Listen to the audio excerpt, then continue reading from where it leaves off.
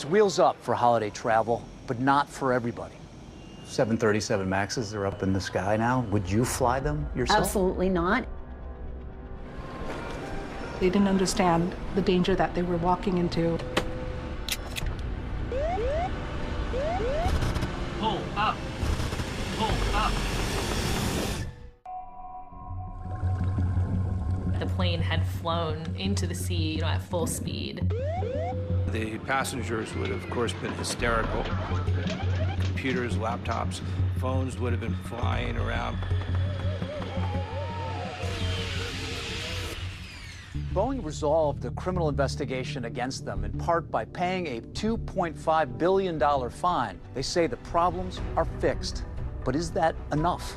The whole point is, who killed my daughter and all of these other people on the plane, the two planes? Boeing just says, we're generally at fault, but no details.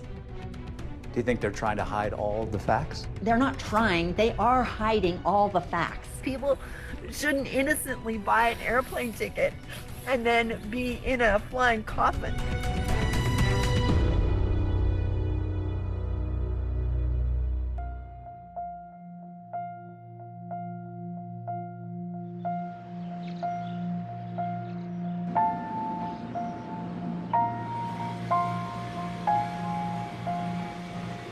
On a sunny March morning in Addis Ababa, the capital of Ethiopia, a truly remarkable group of passengers converged on Bola International Airport. 149 passengers from 35 different countries around the world got ready to board Ethiopian Airlines Flight 302, heading off to Nairobi. It was seemingly just packed with people who are on goodwill missions of various kinds. There was a big environmental conference happening in Nairobi, a UN environmental conference. Amongst the 149 passengers were also 9 Ethiopians, and one of them was Tamru Mulu, who is a child protection advocate. He was a kind of person who's really passionate about life, especially children who are suffering from conflict, drought.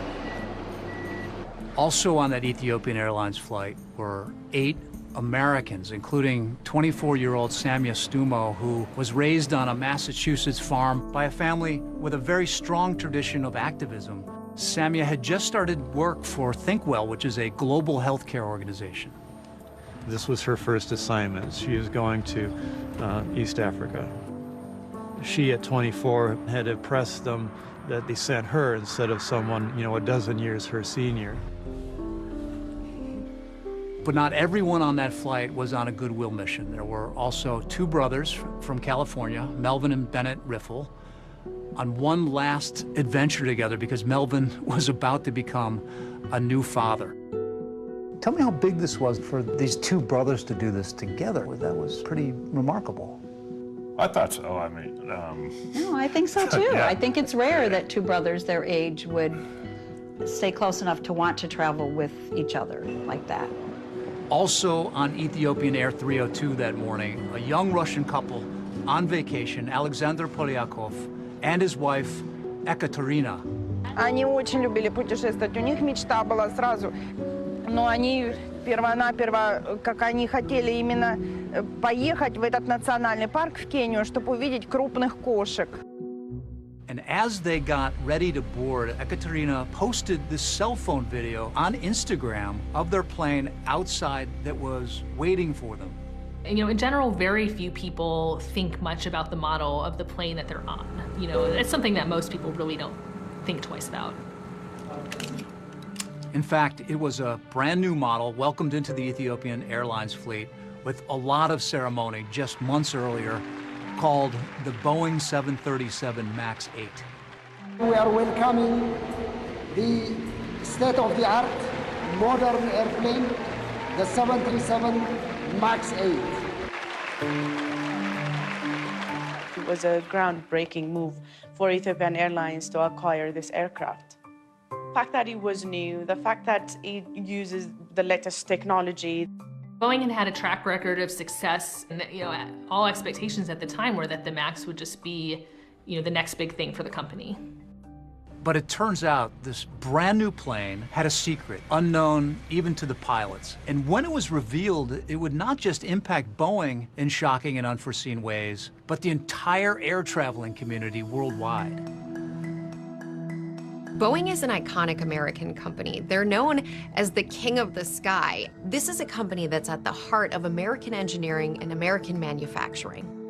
For Captain Sully, celebrated for successfully landing his crippled plane on New York's Hudson River, Boeing has long been the gold standard for passenger aircraft.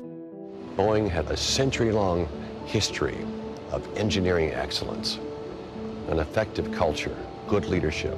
There's a saying, and it stands today: if it ain't Boeing, I ain't going. It's affirmation that Boeing has had our back for decades. This is the 707.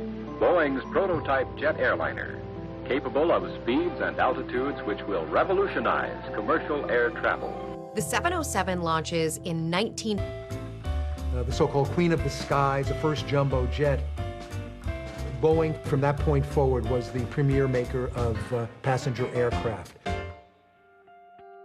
By the 1980s, Boeing is unmatched in terms of its power, its reach, and those 700s planes are it. I mean, the company was so important to our country's economy, in part because it was the largest exporter in the world. I mean, they manufacture Air Force One. I don't think you can get kind of any bigger than that.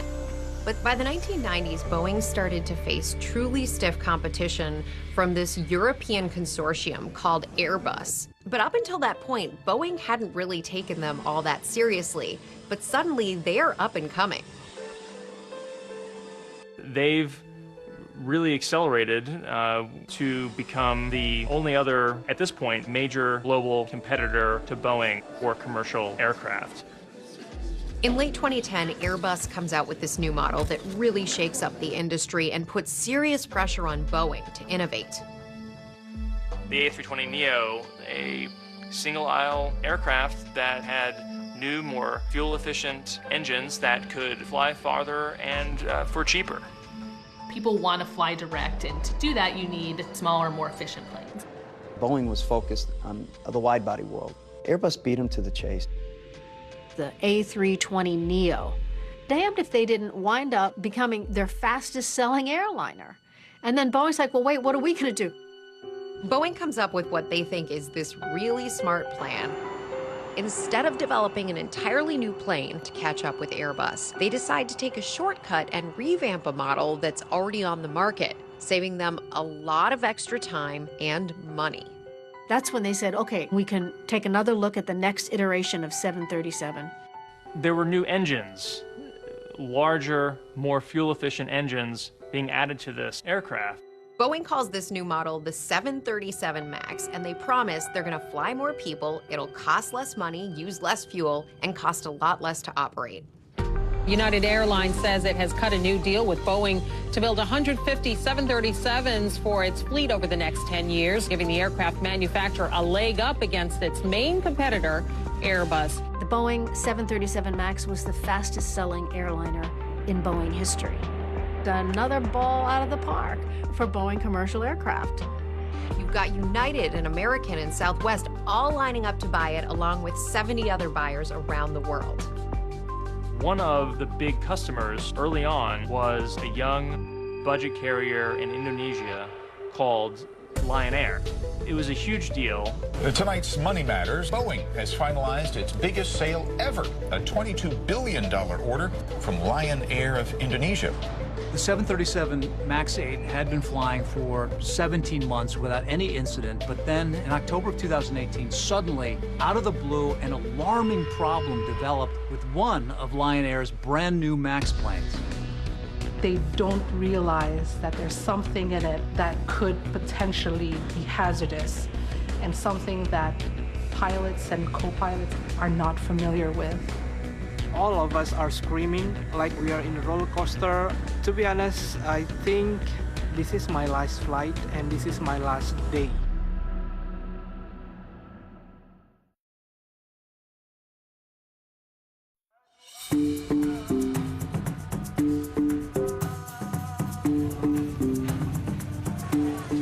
Jakarta is the capital, the largest city in Indonesia, and it's a bustling metropolitan with around 10 million residents. The aviation industry was booming, especially with the increase of the middle class in Indonesia.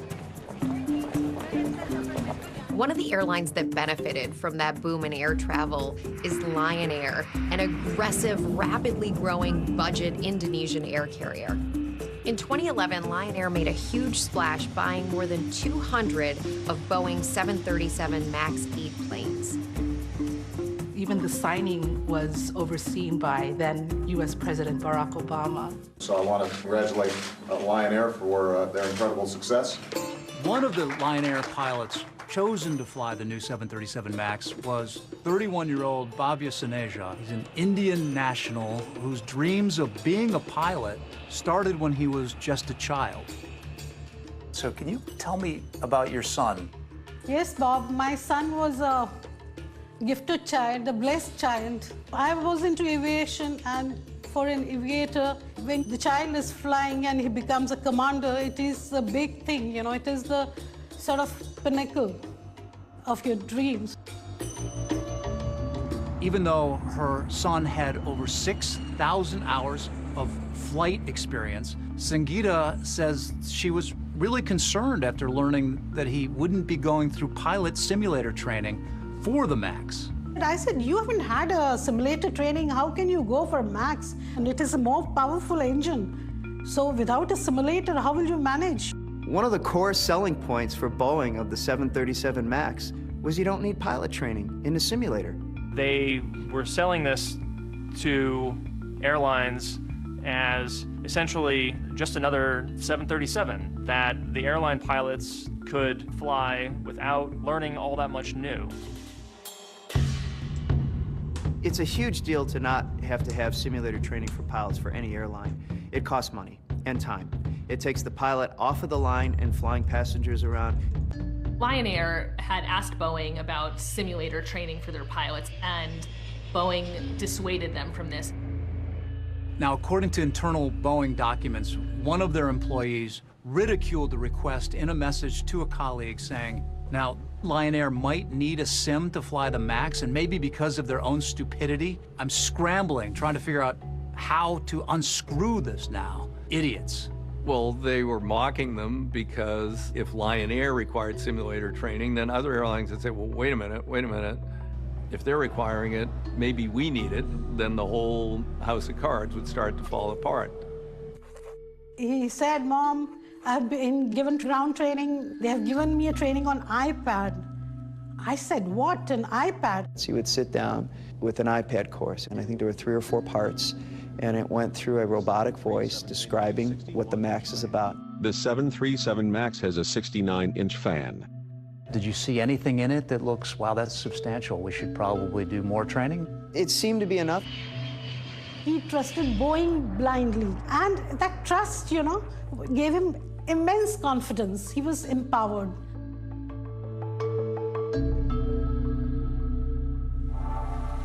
In October of 2018, Lion Air had a handful of the new 737 MAXes in its fleet, and one of the aircraft was going to be departing from Bali with the crew and passengers.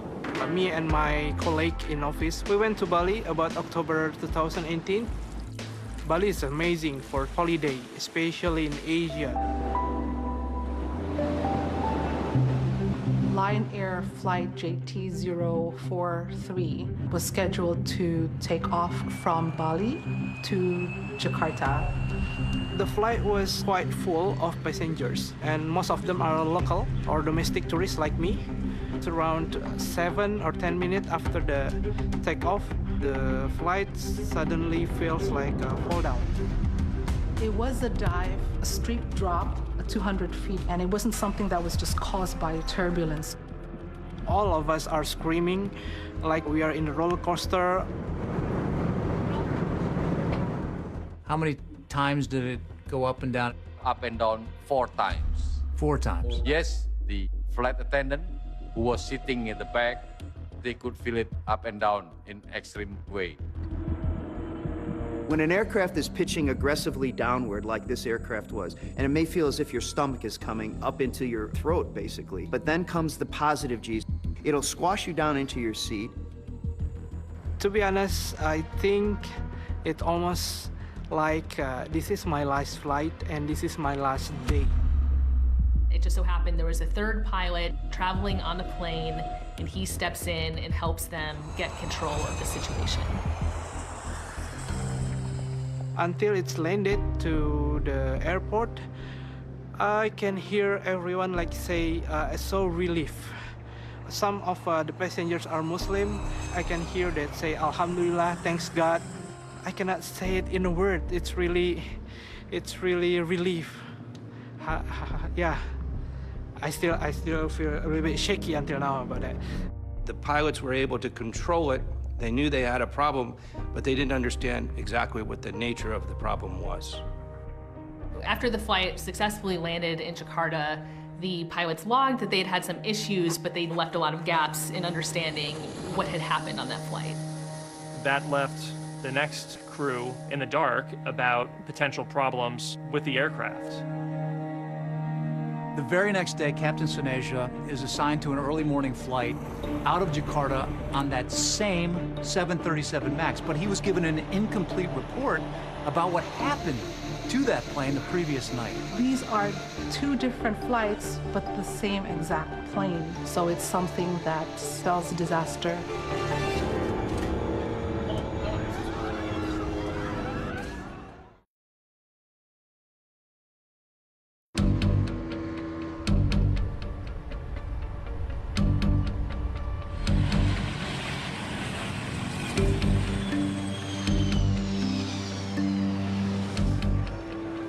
On the early morning of October 29th, 2018, at the airport in Jakarta, the capital of Indonesia, Lion Air Flight 610 was getting ready to take off. Its destination was the city of Pangkal Pinang, which is located on the Indonesian island of Bangka.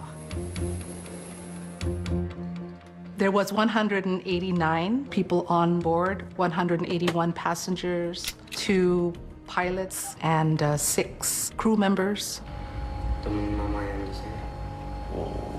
One of the passengers was Miss Fiona Ayuzen. She was a businesswoman, 29 years old. She was flying back to Bangka for work. Bawain kopi ya, Pak, gitu.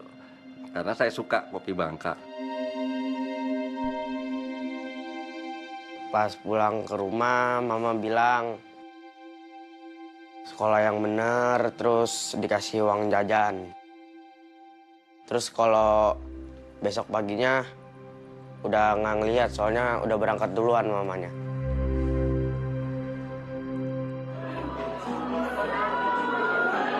There was also another passenger by the name of Fendi Cristanto. He was flying to Bangka on a business trip and also on a personal trip. His father just passed away. Karena dia mau mengikuti sembayang bersama dengan keluarganya untuk sembayang orang tuanya. Pulang mau ngikutin sembayang yang ke-21 hari. One of the passengers shot some video as they were boarding the flight. No one on board, including the pilots, had any idea that this very same plane suffered a near catastrophe in the air just the previous day. And on that video, you can see the brand new 737 MAX out the window. Lion Air Flight 610 on that same 737 MAX is taking off from Jakarta. Very shortly after the flight takes off, the pilots are struggling with the plane. The stick shaker pops off. It is loud and it is rattling in the captain's hands. There are a cacophony, a tidal wave of other distracting alerts. Airspeed disagree, altitude disagreed. Pull up! Pull up!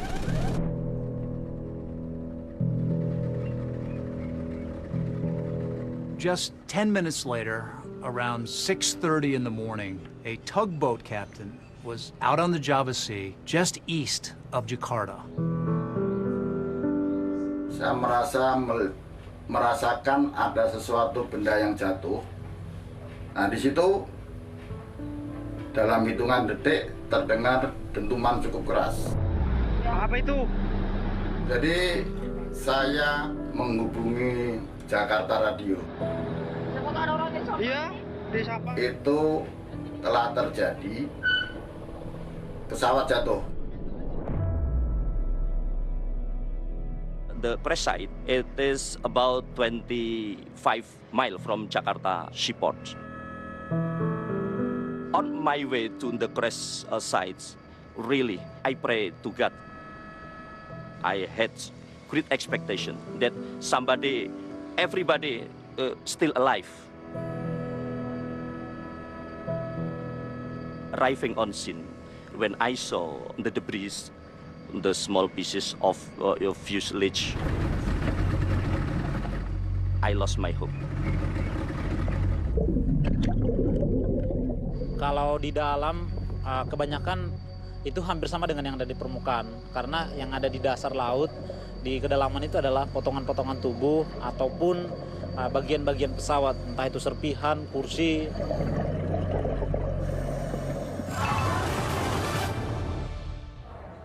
Presiden Direktur Lion Air Edward. When news of the crash broke, I immediately flew in from Beijing, where I was based at the time.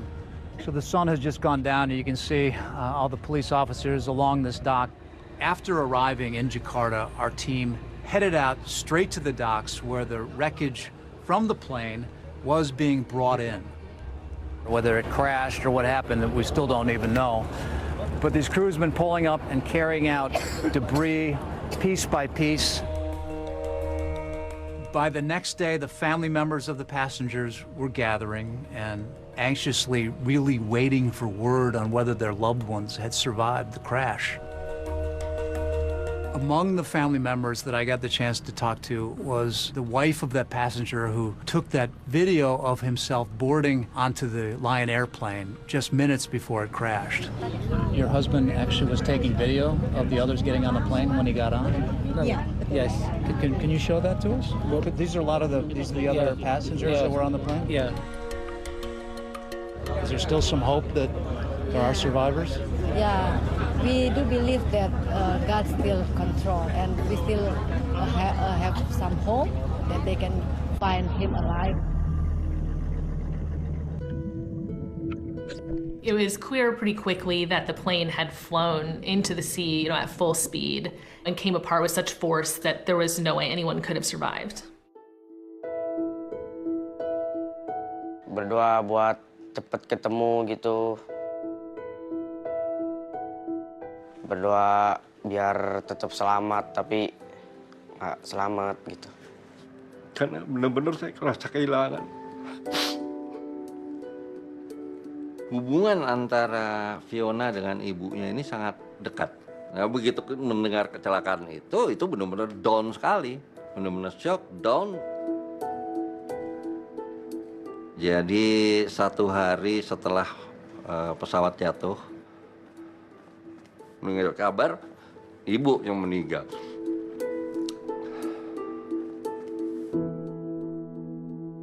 Fendi left behind a wife and 4 children, the youngest who was 5 years old. Jujur ya Bu, suami saya itu kalau naik pesawat itu memang sangat khawatir. Dia itu paling takut kalau naik. Dengan rasa ketakutan yang dia alami gitu loh. At the time, very little was understood about what might have happened. Brand new plane, nice enough day, nothing in particular that would point to an immediate cause of this accident. This is a fairly new plane. The 737 MAX, it had only 800 flight hours. But it turns out there was a hidden danger on that plane. A flight control system that Boeing did not even tell the pilots about. There was nothing in the manuals that alerted the pilots to the existence of this new system that was placed on the MAX. Pull up. It has one mission, and that's to drive the nose down. Terrain.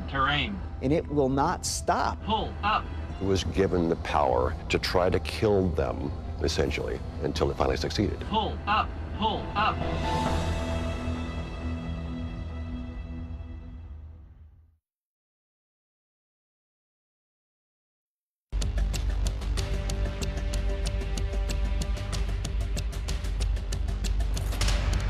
devastating plane crash in Indonesia. Lion Air jet with 189 people on board fell into the sea minutes after takeoff, leaving no survivors. So far, 24 body bags have been delivered. The jet was a new Boeing 737. I gotta say, my first thoughts were, boy, it's a brand new airplane. It must have been bad maintenance, or it must have been pilot error.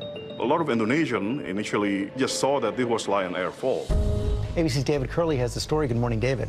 George, the real thing that we need to find are those 2 black boxes, which will yield a lot of answers to all these questions. The National Transport Safety Committee found the flight data recorder on the 1st of November. It was just only 3 days after the crash.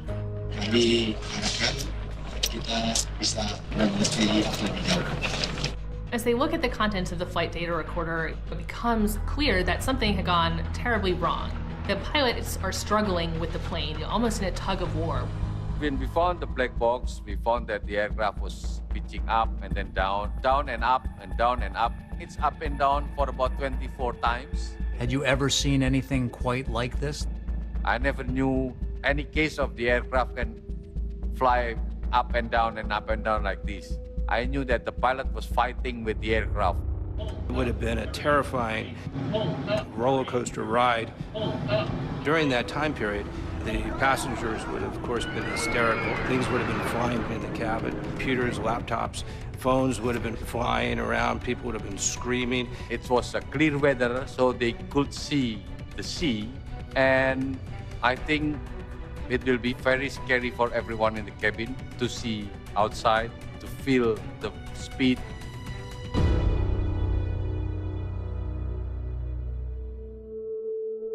Sepuluh menit atau berapa itu? Rasa ketakutannya sangat amat.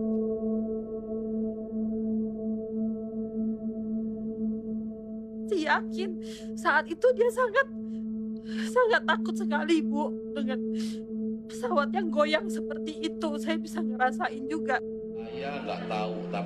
When the cockpit recorder was eventually recovered, it was revealed that pilots were rifling through the pilot manual, trying to apparently figure out what to do. They're turning the pages to find out what the hell it is, why the aircraft is going down. They start shouting about which procedure should do. They knew that they were having serious problems, and they just screaming the name of God. That point of time, that only pain he must have felt was the sense of failure, that he's not able to save others, except that he was a brave child, you know.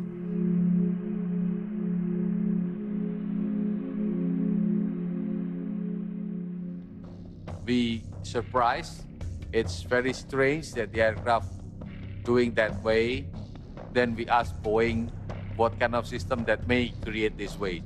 What Boeing revealed to investigators came as a complete surprise. It turns out that Boeing had installed a flight control system on the 737 MAX that had the power to take control of the plane from the pilots without them even knowing about it. The program was called MCAS. MCAS, Maneuvering Characteristics Augmentation System, and that this system, under certain circumstances, can trigger in such a way that it will cause the airplane to nose down. Why did Boeing put this MCAS system? What was it for? It's a mystery not only for us, but also for the pilot and co-pilot on board the plane.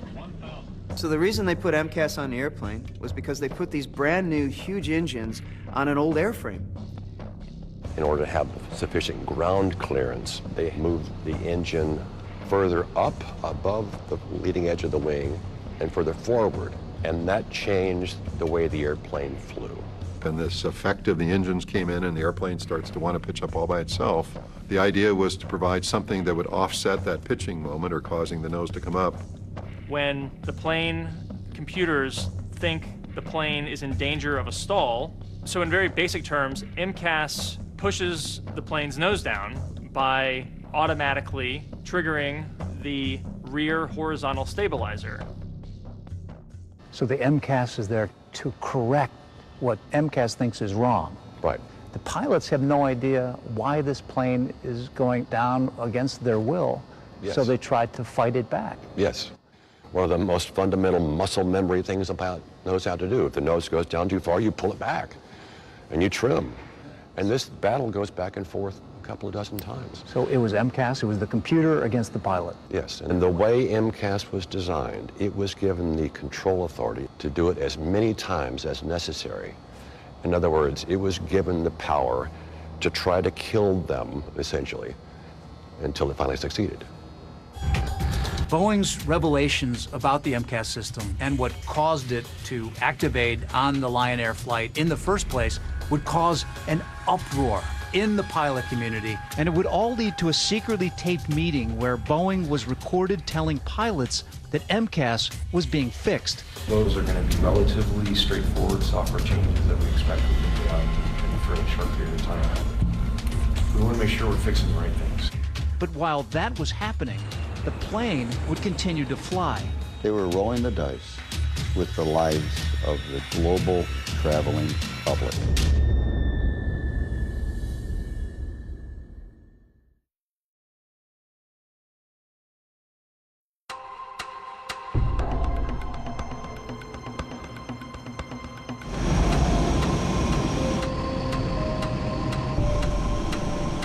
Now that urgent safety warning from Boeing about their brand new 737 jets after that deadly crash in Indonesia.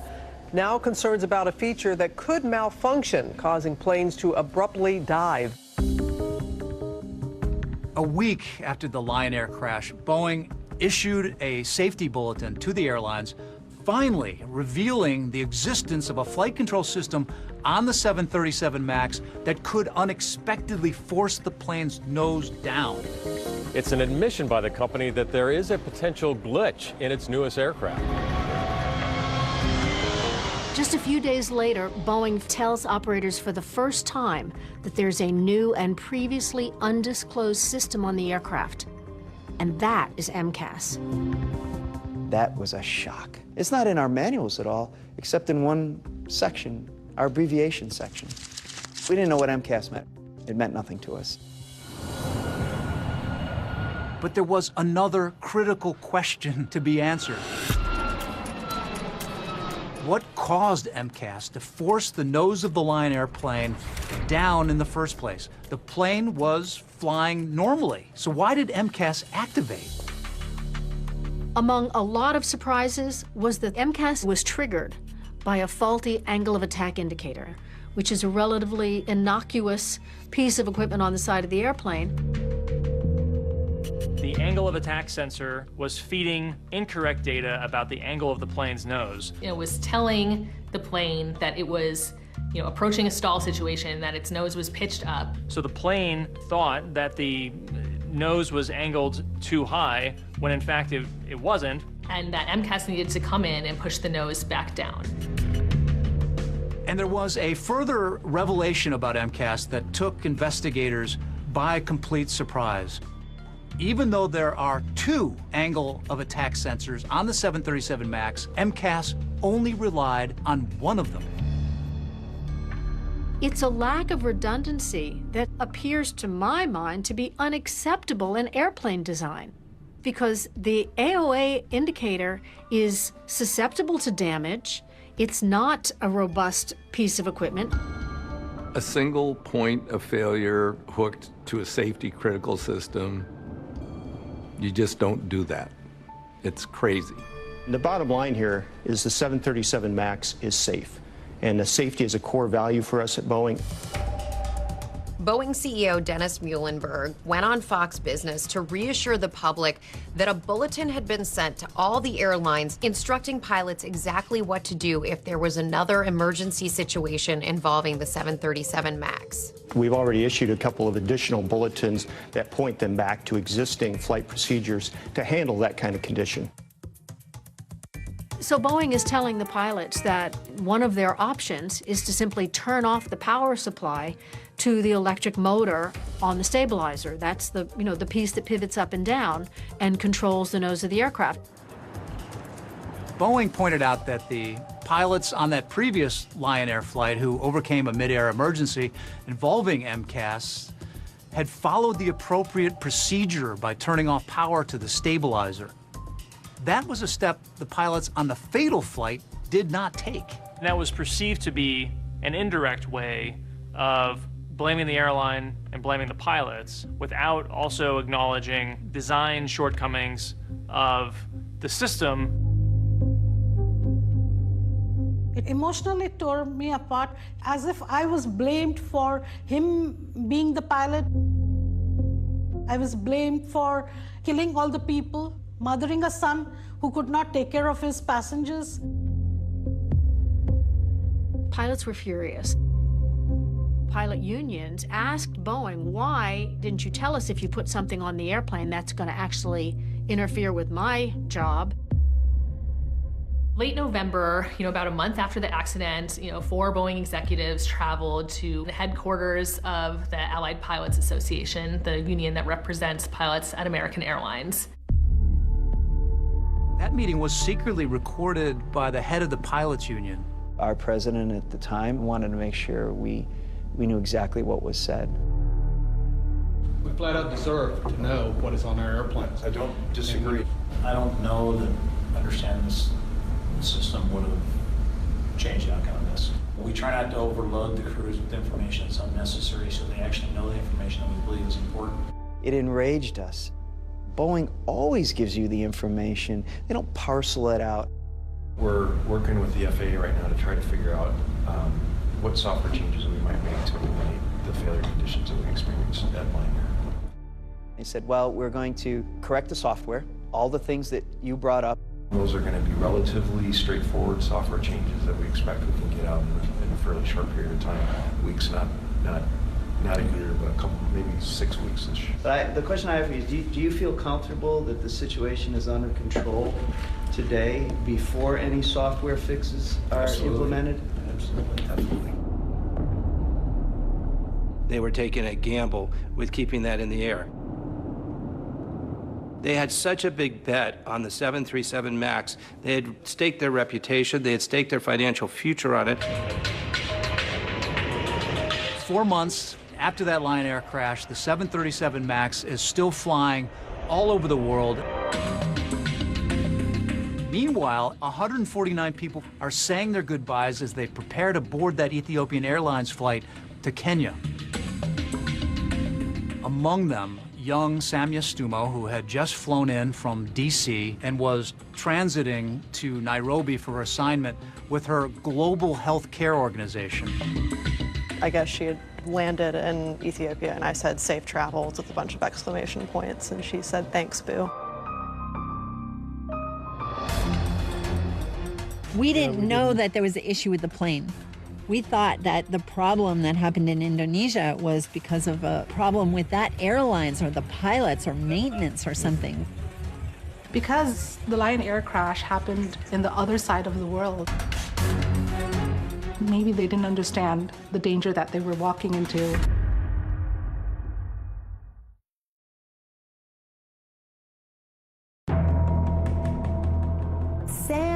Samia, where are you? Where are you, Samia? Boeing killed my daughter. We're not afraid of anybody. The bottom line here is the 737 MAX is safe. It may be now, many people think, but can that ever make up for the lives that were lost in 2 crashes, even with Boeing now accepting responsibility? Do the people that should be accountable for what happened, are they being punished?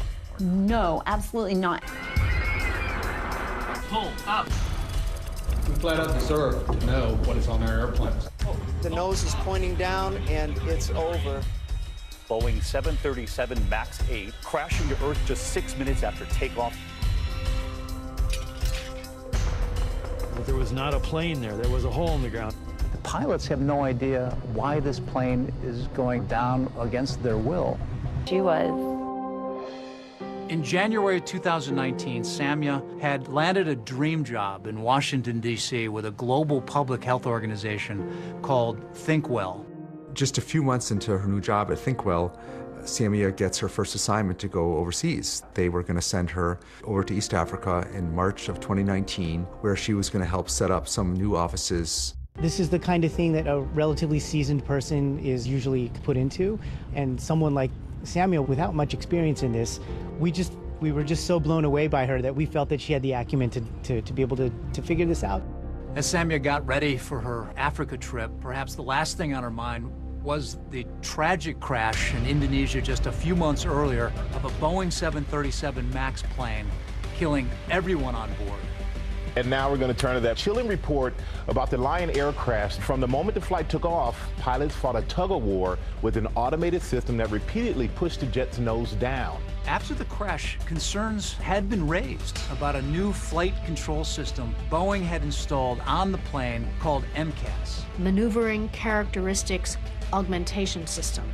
This system, under certain circumstances, can trigger in such a way that it will cause the airplane to nose down, independent of the pilot's judgment. It turns out there was a defective sensor on that Lion airplane that accidentally triggered MCAS to activate and caused the plane to repeatedly go into a dive before it finally crashed. After Lion Air, there was not a lot of urgency. I think it was sort of easy to dismiss it as a one-off. I would say it pretty quickly faded from view for the majority of the traveling public. On March 10th, 2019, Samia left D.C. for Addis Ababa, Ethiopia, where she would be transferring to another plane on her way to her assignment in Kenya. So there's 149 travelers from around the world, and they're about to get on the newest Boeing airliner, the 737 MAX. They have no idea of the danger.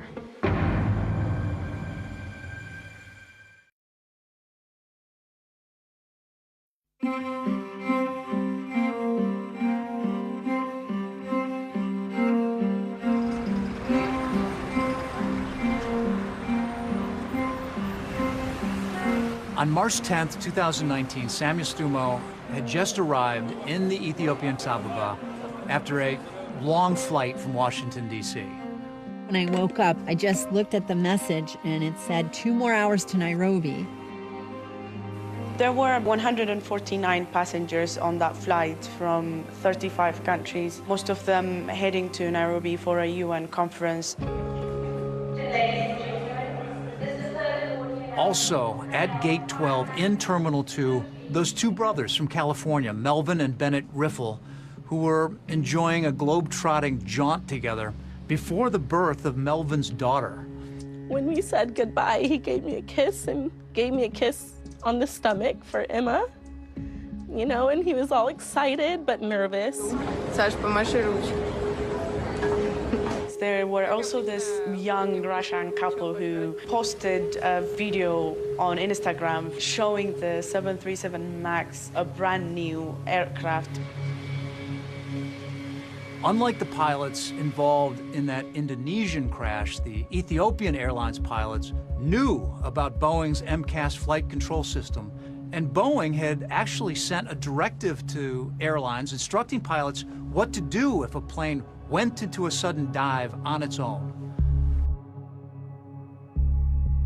So Boeing is telling the pilots to turn off the power supply to the electric motor on the stabilizer. That's the, you know, the piece that pivots up and down and controls the nose of the aircraft.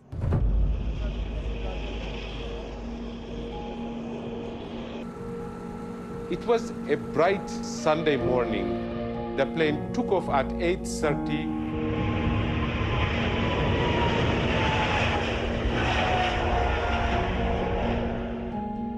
And 3 minutes after takeoff, the aircraft started behaving erratically. Their instruments start to show different readings. After 6 minutes later, the plane was spotted again about 30 miles from Addis in a small town called Bishoftu. Tashkarakaru dubani imboba. Dubani imboba ara dhufe durani mataa sol qaba mataa sol qaba. Yeroo lafa udoo ga'uun sagalee guddaadhaa fi haara guddaatu samiitti ol ka'e.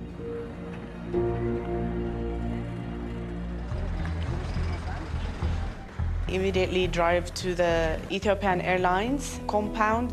There were family members, people were crying and some of them holding their head, and it was so horrifying to see them. An hour earlier or something, I talked to him and it just didn't feel right. I don't know, I was trying to deny that it happened or it's true or somehow he has been spared. We start in Ethiopia, where around 157 people are feared dead after a plane crashed early on Sunday. Within, I think it was 2.5 hours or 3 hours, we were on a plane headed to Addis Ababa. This dirt road takes you to the field where that crash site is. So finally, after almost 3.5 hours, that we arrive at the crash site, and it's splayed out in the fields.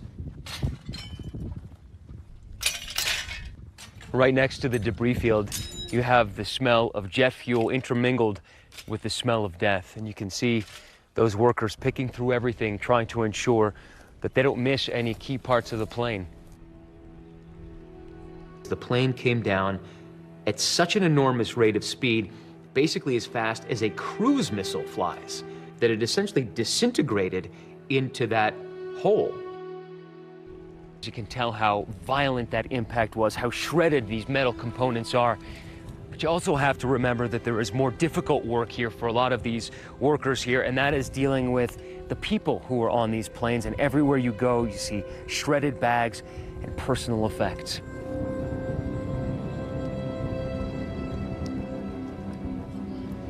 Breaking news, an Ethiopian Airlines flight has crashed.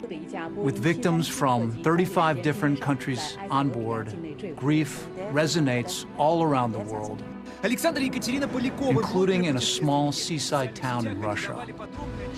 Ну, просто очень обидно, когда такие дети на взлете, так сказать, и на взлете своей карьеры, на взлете всего погибают. In the Northern California town of Redding, a phone rings in the Riffle home. It was the embassy in Ethiopia. I said, I know why you're calling. They said, both boys. And I said it was. It's something you can't believe when you hear it. It's like, it's like you're in a nightmare or something, and it's just totally unbelievable. It's one thing to lose one of your children, and you lost both. Yeah.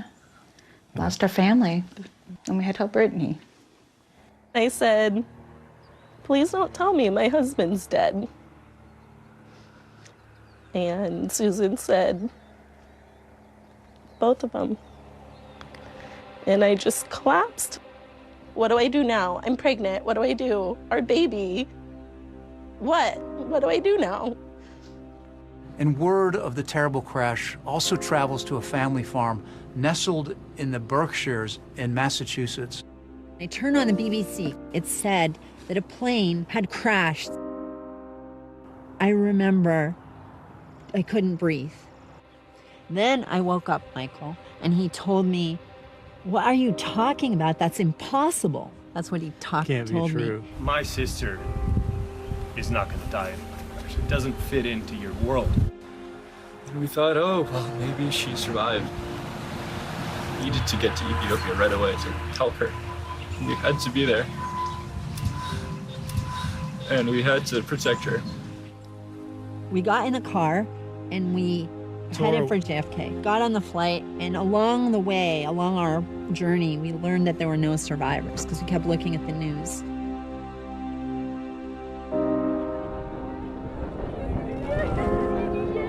Like Nadia and Michael, many grief-stricken families made their way to the crash site, desperate to find any trace of their loved ones. You know, there was not a plane there. There was a hole in the ground. Anybody able to find the body remains? There was nothing bigger than a femur bone. The black box data now in the hands of Ethiopian officials. As the investigation continued in the cause of the crash, there was a question on many people's minds. Would Boeing 737 MAX plane be implicated in a fatal tragedy again?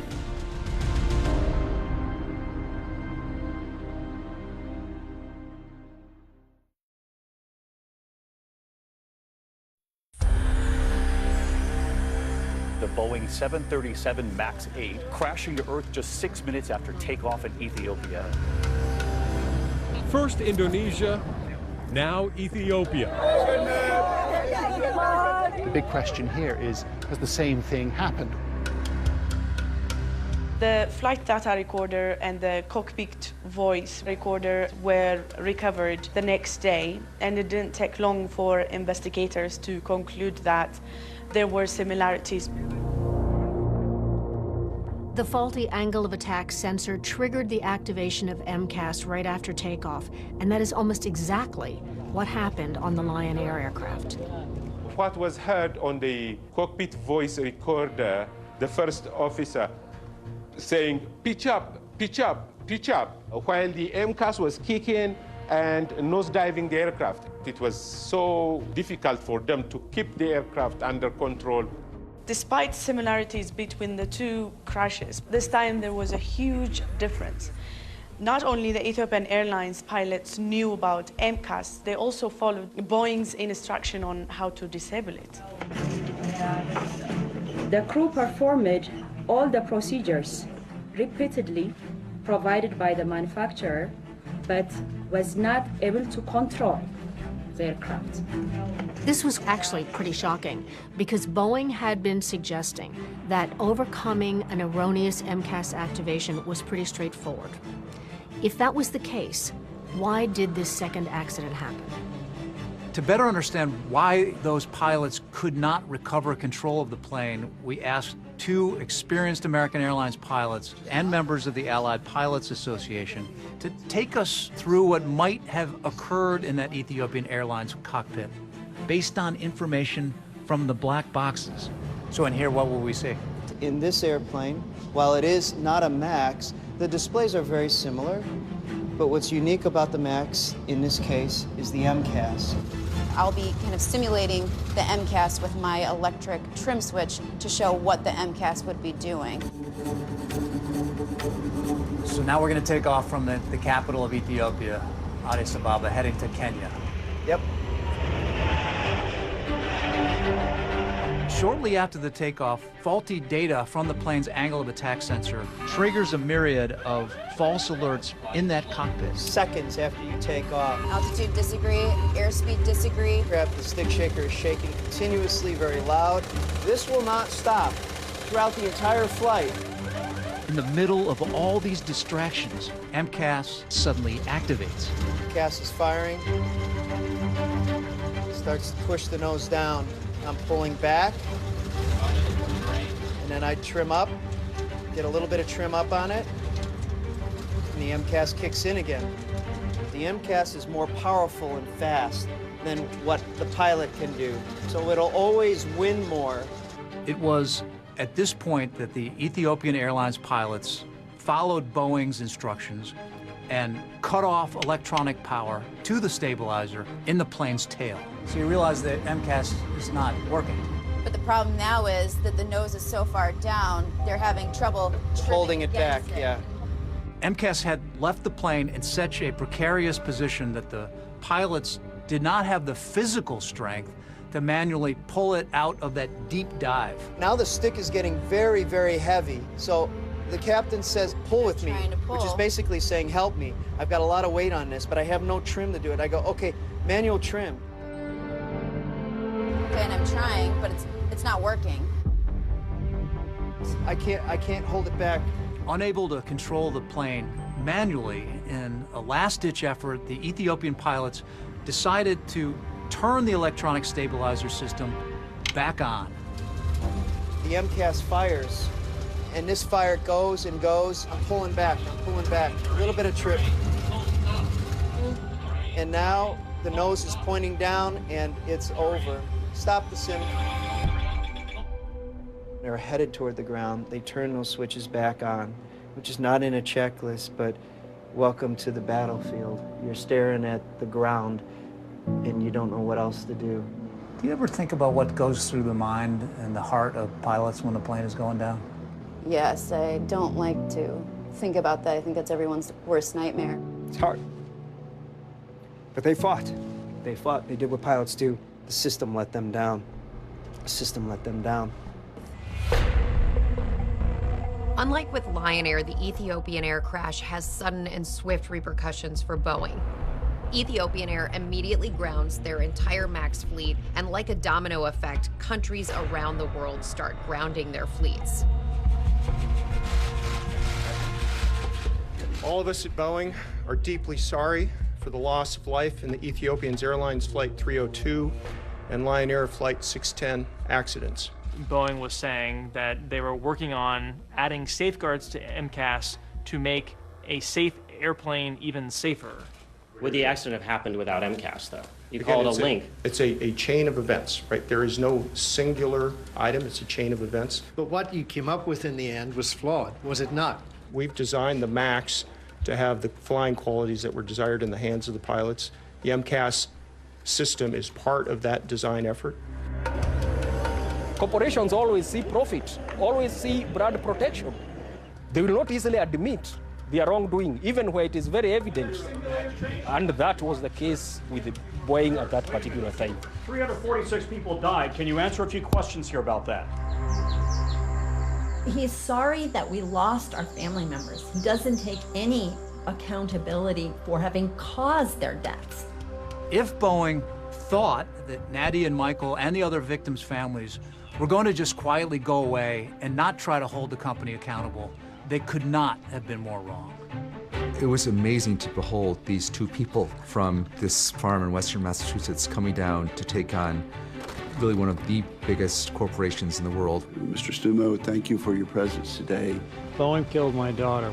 We're not afraid of anybody.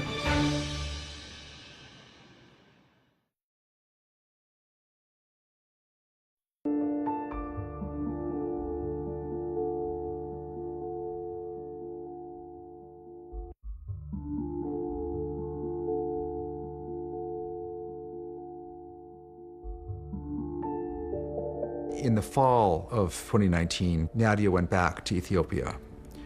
After months of digging and searching, workers had actually been able to find some remains from the crash. And Nadia brought back those remains, and they actually included some artifacts. We got back Samia's business journal, which talks about her plans. We got back her passport. This is a business blouse that she took with her, and it all smells of jet fuel. They fill the room with the smell. I mean, to me, it's a smell of death. I don't want other mothers and other families to go through this. I don't want them to be trying to hear their daughter's voice and, wonder what you would say to them. So that's why it's important to work on aviation safety. Because people shouldn't innocently buy an airplane ticket and then be in a flying coffin. While Nadia and her husband Michael were consumed by grief, they were able to quickly turn their anguish into action against Boeing. The family of Samia Stumo shares their pain so that others don't feel the same. Michael and Nadia fly to Chicago and file the first lawsuit against Boeing by an American family. I want her death not to be in vain. I don't want anybody else to die. Nadia and Michael, along with more than 100 other families of victims around the world, alleged that Max had a defective design and that Boeing issued inadequate warnings about the plane, something that Boeing denied at the time. This is going to go down as one of the most callous, deliberate efforts to keep a product in the public domain for the wrong reasons. What really shocks me is their greed. I don't know how they can still, sleep at night. But there was a second front in Nadia and Michael's battle against Boeing. They and the other families were determined to take part in the congressional hearings into what went wrong with the 737 MAX and make sure that another crash never happened again. We have 3 generations of farm advocacy in my family, and Nadia, of course, has, Ralph Nader and her family and that advocacy. People should not fly this plane if it's ungrounded. My uncle said to us practical things. To never settle for staff, always go for the top. I feel like it's cruel irony. Samia's family knew how to do it because it's a very complicated system to navigate, and it's a fight. Nadia has really been, I think, a principal support for many of the other families out there, while Michael is pursuing the more, what's the fix and what went wrong. As we go forward, this committee will leave no stone unturned. We kept saying you can't just have the bureaucrats and the engineers and the pilots. It's all about the families.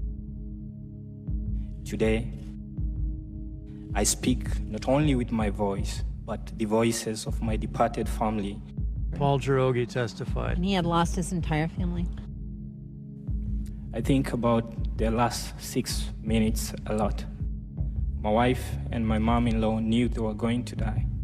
They had to somehow comfort the children during those final moments, knowing they were all their last. I wish I was there with them.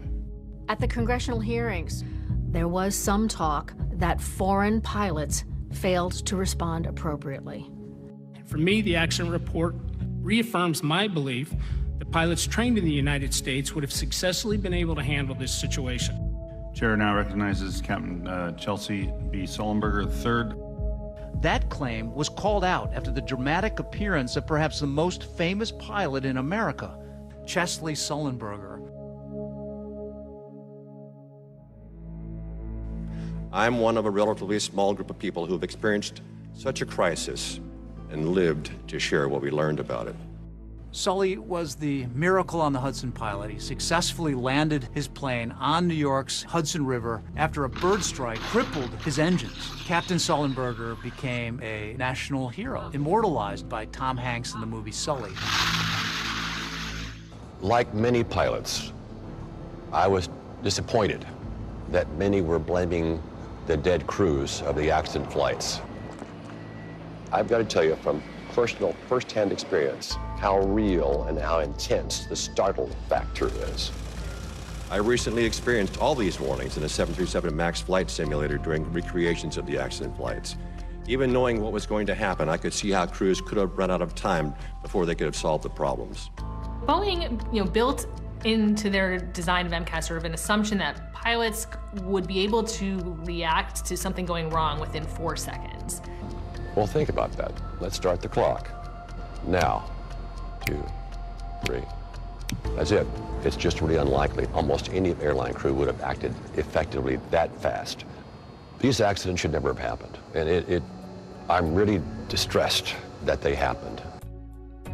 But the investigation into Boeing would go much deeper, raising questions about whether Boeing knew about problems with the MAX before they put it in the air. The information coming out of the investigation is shocking. And it would all lead to a face-to-face confrontation between a grieving mother from a farm and the head of one of the most powerful companies in the world. And I want to, confront a situation, but I want to say it to you directly because I don't think you understand what we're saying.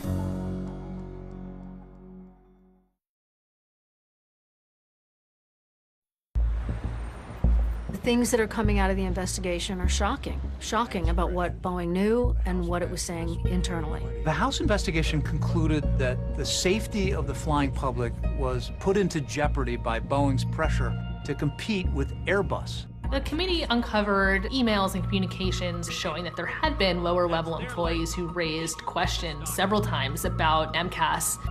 In an internal email, a Boeing engineer wrote about that problem that triggered MCAS in both plane crashes, saying, "Are we vulnerable to single sensor failures with the MCAS implementation?" This is back in 2015, asking about the vulnerability of these particular devices.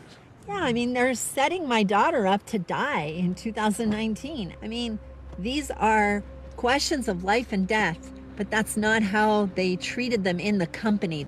House investigators released documents they had obtained from inside Boeing showing that their own training pilots had a very dismissive attitude towards regulators and customers. One Boeing employee who emerged as a central figure in the investigation was Chief Technical Pilot Mark Forkner, who became well known in the media after his emails became public.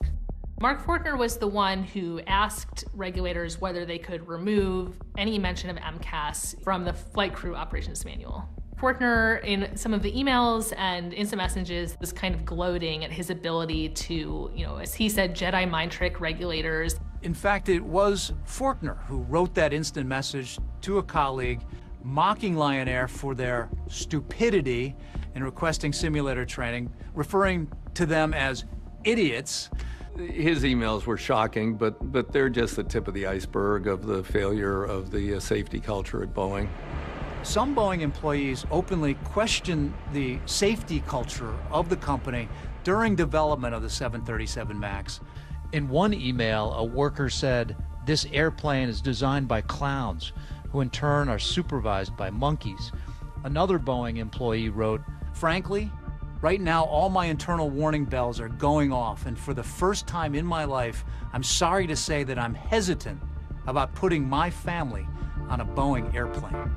The safety cult eviscerated under production pressure.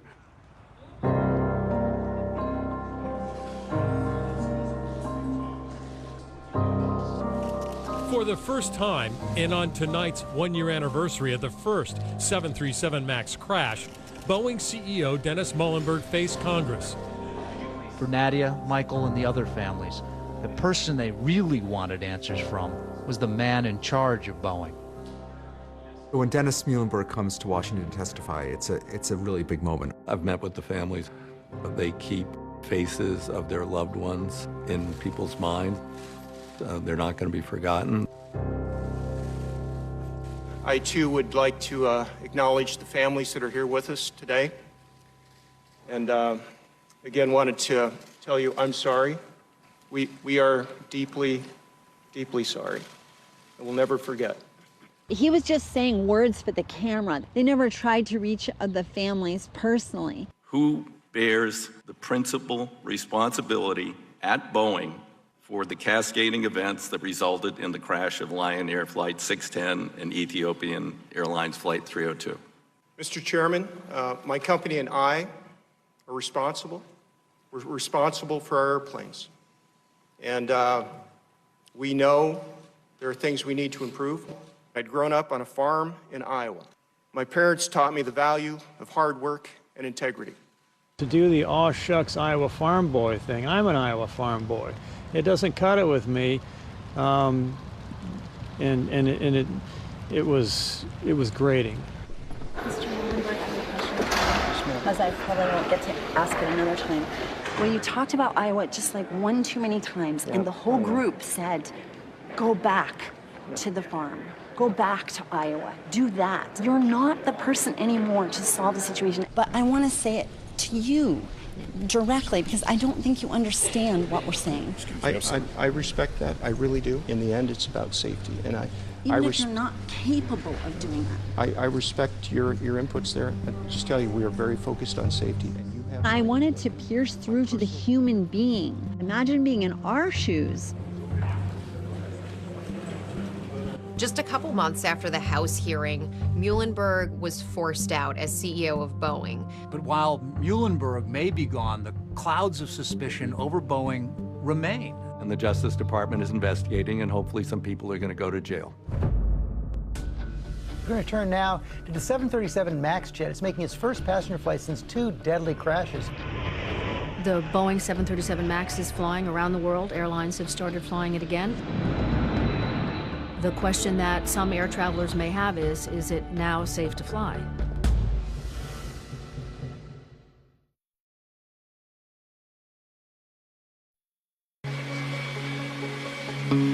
Tonight, Boeing 737 MAX jets are back in service. American Airlines today flying the first paying passengers in the U.S. since the fleet was grounded nearly 2 years ago. The 737 MAX is back in action. Airlines are choosing to put the 737 MAXs back in the air. They waited a long time for that airplane. I have the utmost confidence in the safety of this aircraft.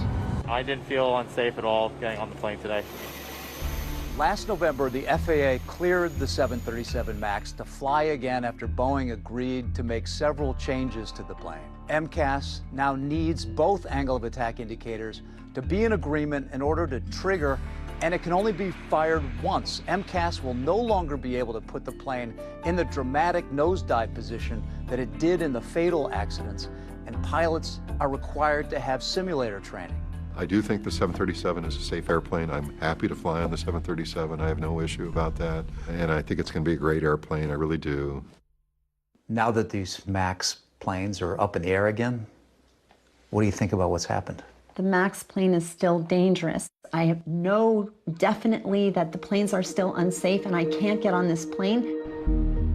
But while Boeing may have successfully relaunched the 737 MAX, there is still the question about whether the company will be held accountable for those two fatal crashes of the plane. The Justice Department has launched a criminal investigation into the plane's development. The criminal investigation began before the second accident. It began in 2018. Prosecutors were trying to find whether or not Boeing had lied to the FAA. They spoke to, obviously, a number of Boeing employees.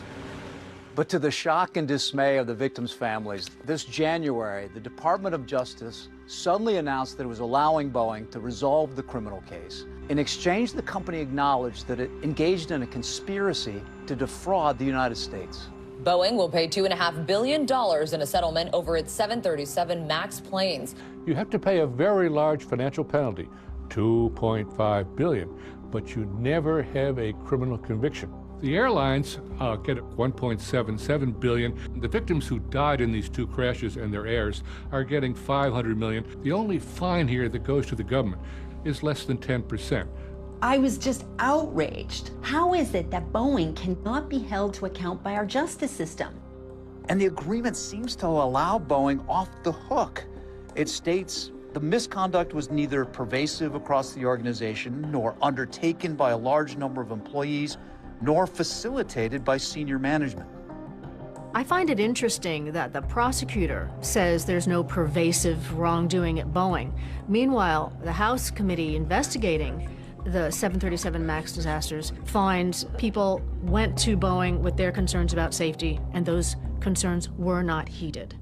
Former Boeing test pilot is expected to face criminal charges in connection with the safety probe. The only criminal charge resulting from the DOJ investigation is against Mark Forkner. He's the chief technical pilot for Boeing who wrote those emails about tricking the FAA. So Forkner is the one on the frying pan right now, and the only one on the frying pan. Forkner was charged with deceiving safety regulators and faces decades in prison if convicted. He has pled not guilty. This tragedy deserved a search for the truth, not a search for a scapegoat.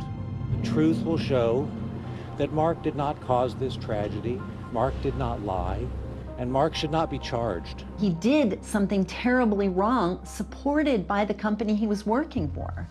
I hope that Mark Forkner's attorney will prevail in showing how many people were involved in this.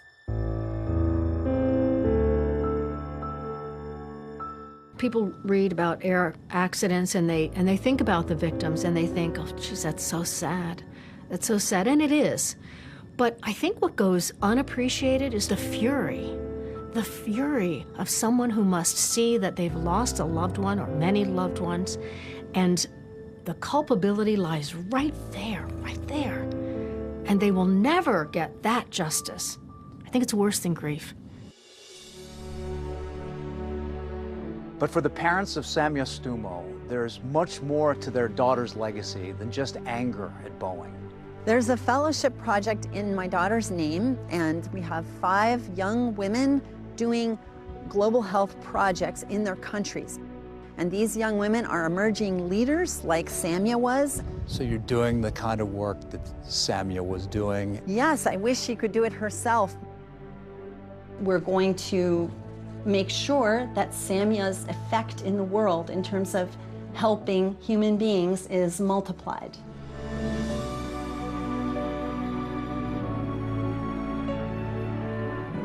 I know she would want her family to fight that other people not die.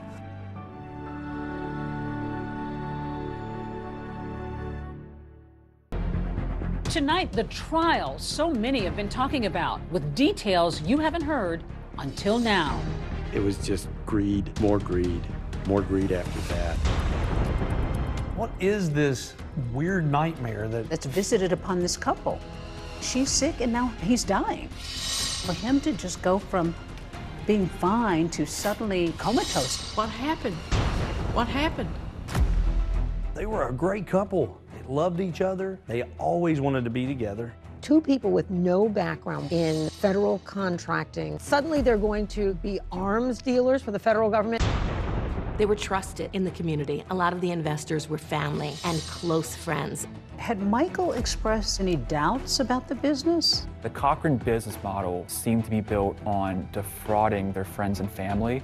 The investigators look at you and say, there were never any contracts, there were never any bids, it doesn't exist. When people found out, they want answers. I mean, it was all anyone could talk about. Your friend, 38 years old, is gone.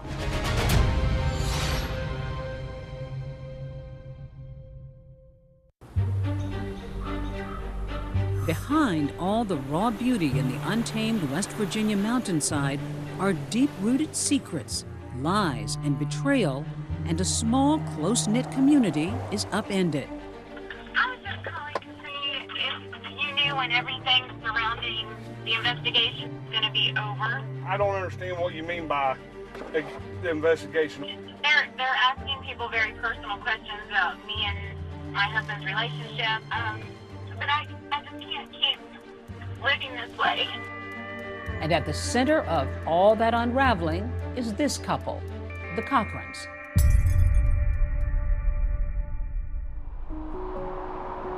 It was on a Tuesday night on December the 23rd, 1980, 10:36 p.m. Michael Brandon Cochran was born into the world. Tell me about Michael as a boy. He was a good kid. He always minded me. You know, Eddie came into his life when he was 8 years old. When I met Michael, he had like a rat tail haircut and with the spiked hair. We just kind of developed a good, warm relationship. What about sports, though? And he was really into sports. Oh, yeah. He was playing like the pee-wee baseball. You could just tell right then, he just took to it and was just like a natural. And Michael Brandon was always playing baseball, basketball, football. He lifted weights as a hobby.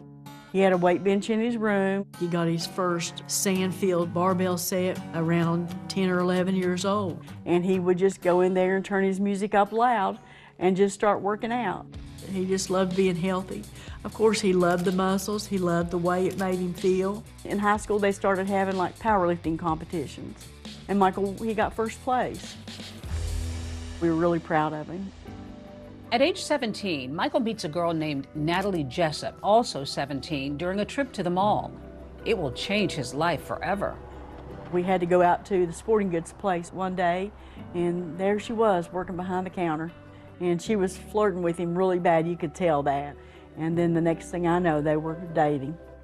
She seemed to be a relatively driven student in school. She was passionate about what she did. She loved her family.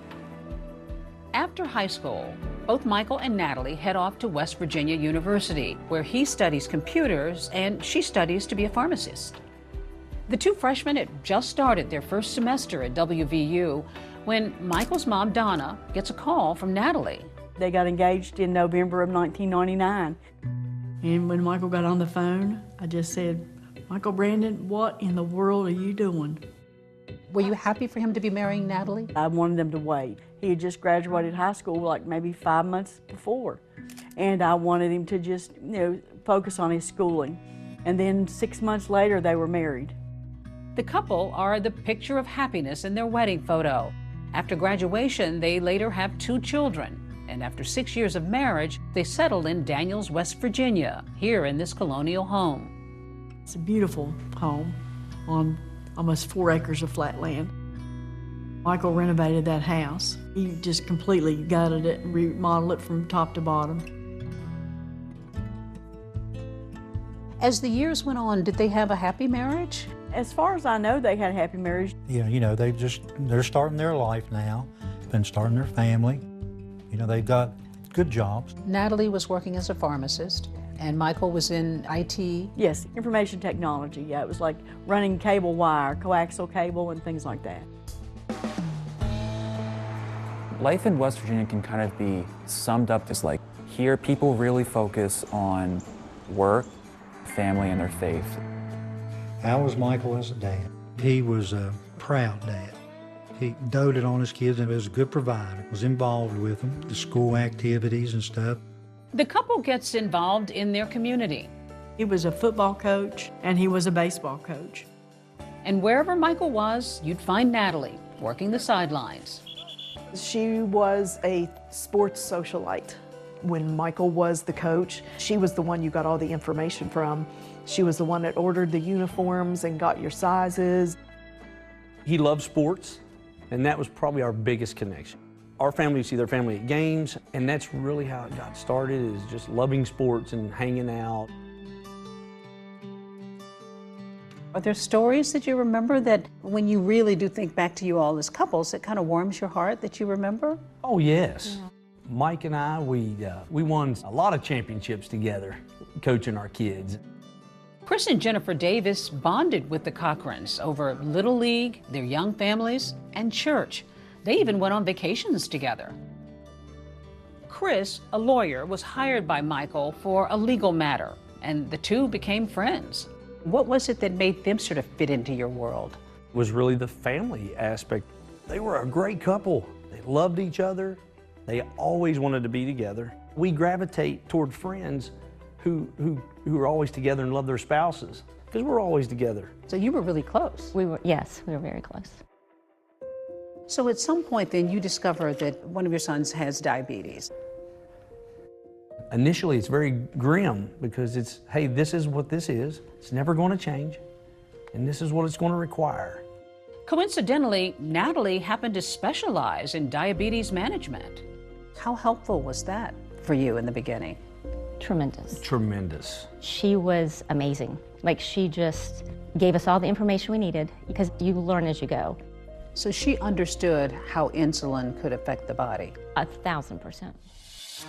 Then, seemingly out of the blue, the Cochrans make a career change and open a new business. So they seem to be doing well. Oh, absolutely, yeah. They're doing very well. I invested and I spent $256,000. And this new venture will lead them straight to the CIA.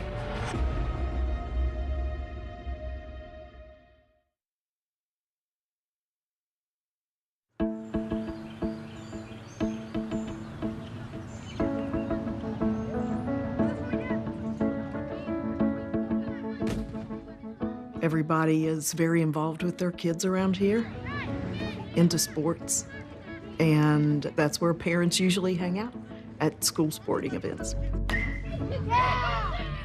Just like his dad, Michael Cochran's son loves sports, especially baseball. And it's a family affair. With Michael coaching local youth sports leagues, Natalie becomes treasurer of the middle school baseball program. She was heavily involved in that because Mike was a coach. They were involved in tons of leagues and different things. So you were all involved as friends in the sports world with your children? Yes, that's correct. We met the Cochrans because I had put my son into the draft for the Little League Baseball. Toni McCall met Michael and Natalie after her husband died of leukemia, leaving her a single mom to 3 children. Michael very much took on a father figure role, especially for Cash. He was so good to him. He took him everywhere. They went fishing. They went to practices. It was a dream come true to have that father figure when you don't have one for your kids and you want one.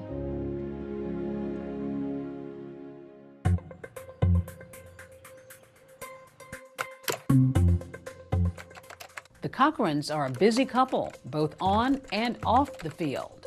They open a business that is supposed to provide supplies to the federal government. It's called Tactical Solutions Group, or TSG. And they soon begin looking for big investors to help them pay the upfront money that is sometimes needed for government contracts. And to everybody's surprise, Natalie up and quits her job as a pharmacist, jumping into the new business completely. Great. You know, I mean, if you can quit your job as a pharmacist, like, oh, wow. By all accounts, the new business appears to be flourishing. They were building onto their house, and they put up a new fence. Mike got a car. So they seem to be doing well. Oh, absolutely, yeah. They're doing very well. Natalie tells friends they were inspired by that movie War Dogs, the one about two men with no experience in the defense industry who become arms dealers to the U.S. military and get in way over their heads. They call guys like us war dogs, bottom feeders who make money off of war without ever stepping foot on the battlefield. When she told me that we're going to make all of our employees watch War Dogs as like an onboarding video, I said, well, you do realize that the guys went to jail, right? It might surprise people to know that any civilian can seek a government contract. All you have to do is register, and then you can start bidding. It can be a small business, an individual, a nonprofit agreeing to provide goods or services to the government at a specific rate at an agreed upon time. The process is you discover the contract, you bid on the contract. And if you're chosen, suddenly you're in business with the U.S. government. The Cochran's website for their business, TSG, boasts impressive clientele from within the government, including the Department of Defense, FEMA, Homeland Security, and the CIA. Tactical Solutions Group was supposed to be a whole goods seller, so they could sell healthcare equipment, masks, firearms, and various things like that. Michael Cochran would spend hours sifting through all of these government contracts, and he would tell Natalie what he'd found. She'd go to the investors and say, Michael found the most incredible investment. What did you know about what this business was all about? They got this niche, a woman-owned small business. The idea of the federal government will pay $50 for a $10 hammer. You just got to be able to get in there and get the contracts and fight with the big guys. And all the couple needs now is a little startup cash. Most of their investors were friends, family, people that they knew. We invested $245,360.69. That was our retirement savings. Michael's mom, Donna, remembers the first time Natalie approached her about investing in the family business. Do you remember what she said? Yeah, she asked us if we wanted to do the government contract. She said that she wanted to help us out, you know, when we got ready to retire. At what point did you decide that maybe this was something you might be interested in getting involved in? About a month later, she told me that she was doing it for her parents, that they'd made $60,000 in 5 months. And so we thought, well, you know, maybe we'll give it a try. That's a pretty good return. Yes, ma'am, it sure is. Donna Bolt says her daughter-in-law claimed she could get her initial investment back with profit, sometimes in as little as 10 days.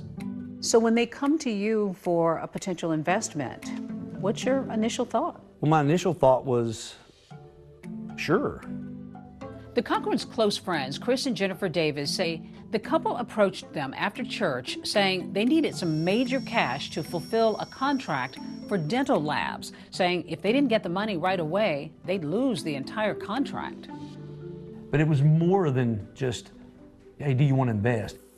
There were supposed to be dental facilities on military bases. That's why we couldn't see any of the documents. Because she knew I was going to ask that. I was like, well, what's the you know, well, you can't see it, you don't have authorization. We can't do that because it's the Department of Defense. And so we were like, sure, yeah, man, we'll help out. How much were you investing? $511,000. When Chris Davis hears who's investing, he says it seems like a safe opportunity. I trusted all those names and people in the community. So if they were involved, it must be sound and good. Absolutely. The names that were lining up, it fit. Like, okay, these people aren't going to do anything crazy. Tony McCall says the circle of trust was how she too decides to invest. She had pulled someone in that I was close to and had been getting them to do contracts. She says that person calls one day with an opportunity for the two of them to go in on a contract, but they've got to do it immediately. It pays out in 45 days, but you have to do it right now. Like eBay, she bids at the very last minute so that nobody can go in and bid over top of her. But you have to tell me right now. And so I did it. I spent $256,000. By all accounts, it seemed to be a safe bet. The Cochrans appear to be doing well. I had seen the money that they were spending.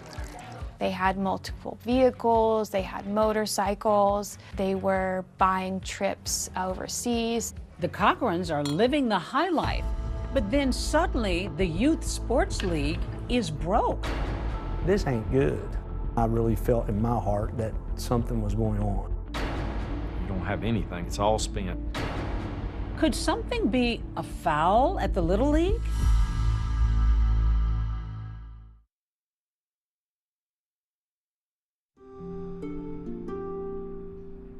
In the small community of Beckley, West Virginia, after just a year, Natalie and Michael Cochran's business is doing very well. And family and friends noticed the couple seemed to be too. It appeared that Natalie and Michael were quite wealthy, and they were living like they were. They had multiple vehicles, they had motorcycles, they were buying trips overseas to Paris, they went to Hawaii. You know, we just thought it was wonderful. We just thought they were doing so good that we were so proud of them. I mean, they had 3 homes, a pickup truck, motorcycles, a nice antique car. Him and Natalie drove up in a 1965 Shelby Cobra. It was a kit car. It was just something that they bought, and we were just very happy. We even took a ride in it.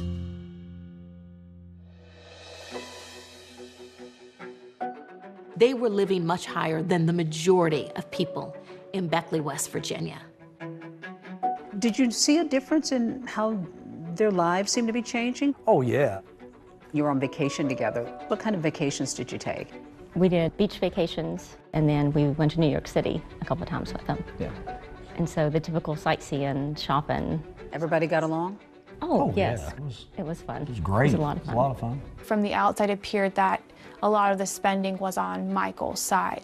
This was wealth that he had not experienced before, so he wanted to take advantage of it. Some of the things that Michael Cochran purchased in this period were recreational vehicles, an airplane hangar. He had ambitions and endeavors to open up an aviation branch to this business. He really, really wanted to fly, and he loved that type of stuff. He was working on his pilot's license. Now, he wanted to fly helicopters.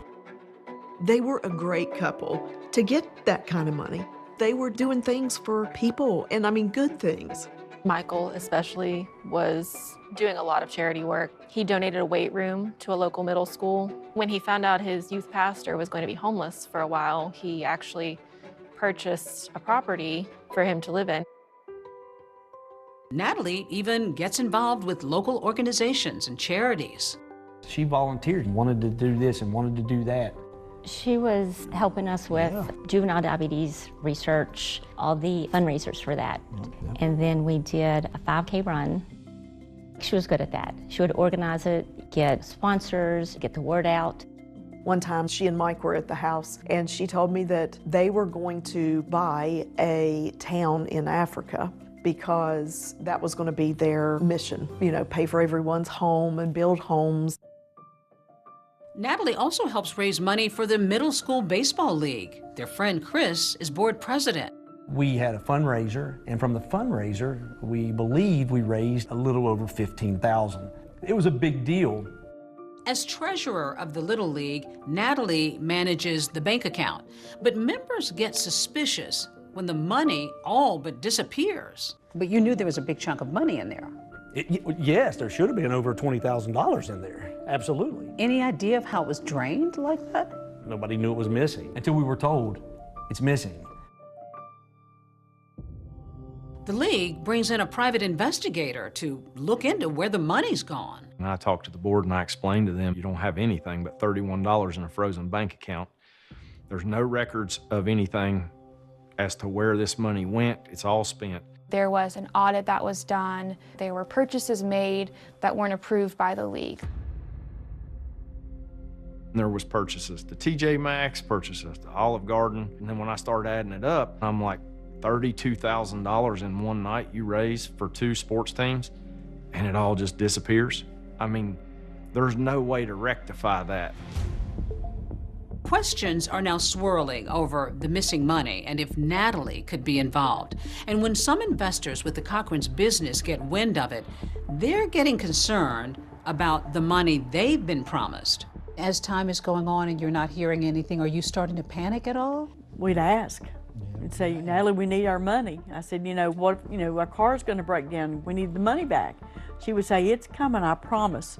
And then she would send me text messages and say, your money is going to be deposited in your bank account within the next 24 hours. And we'd wait, and it was never there. You didn't get anything? No. Donna says that any communication she had about the couple's business was typically with Natalie, not her son. Every time that I received any kind of a message, it was a text message from Natalie. It was she and I that was constantly going back and forth with contracts. Meantime, Natalie continues to portray the business as extremely successful. From the outside looking in, I would have probably been like pretty impressed. Thought, man, right here in Raleigh County, West Virginia, these people are knocking it out of the park. One investor says it's astonishing how much money Natalie says she's pulling in. She did give me a number at the time. This was like $343 million we're going to have to put in this bank.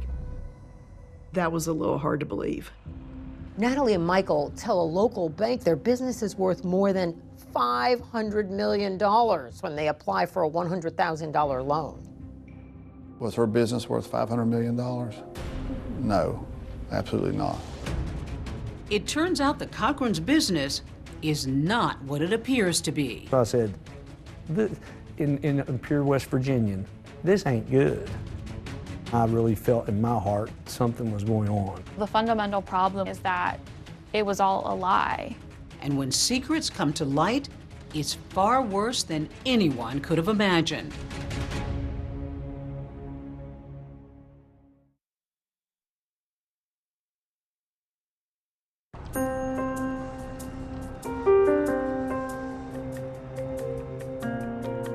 There is nothing wrong with doing well and having a successful business.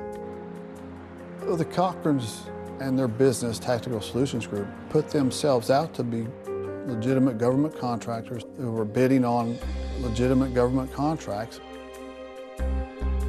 She always made all of them look like they were good investments.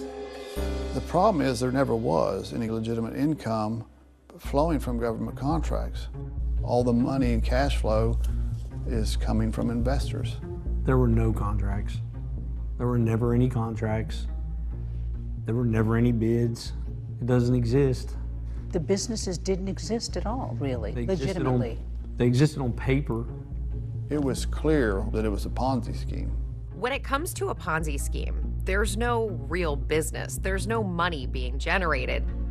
Early investors get paid by new investor money, like shifting poker chips from one pile to another. And as long as the money's coming in from new investors, the Ponzi scheme can continue. If you're just taking one investor's money and giving it to another investor as if it's a legitimate return on their investment, that's a fraud. I said, no, these are friends of mine. I've seen what they've done in the community. Successful Ponzi schemes almost always rely on trust, and you often find that people start very close to home.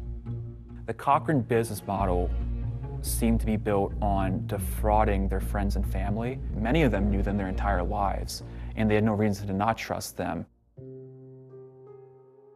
It would hurt a lot less for this to have been someone that I didn't know that had scammed me out of money, it would hurt a lot less. I was already wounded from my husband passing away, and my kids the same. These were friends, neighbors, and family members who were defrauded, and the question is whether Michael knew about it.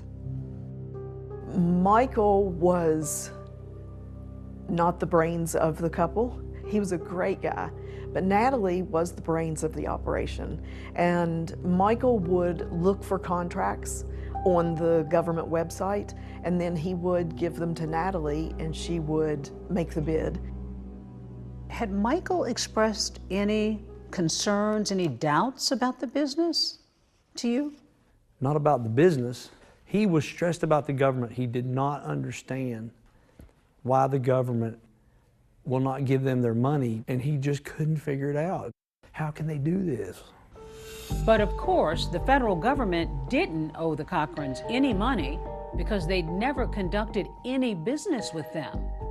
Michael Cochran was asking her questions very similar to the questions being asked by the investors who were trying to get their money back.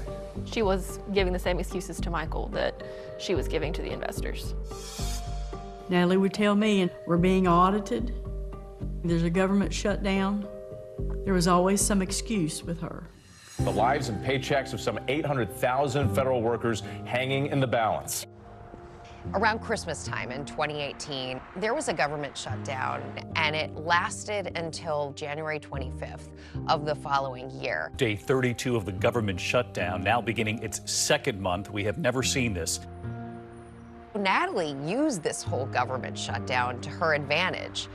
Her investors were coming and saying, we want our money. We'd like to pull it out. And she would say, well, I can't. The government is shut down. There's no way to get access to your money. They're not paying anybody. She had a never-ending list of reasons that they were not seeing their returns.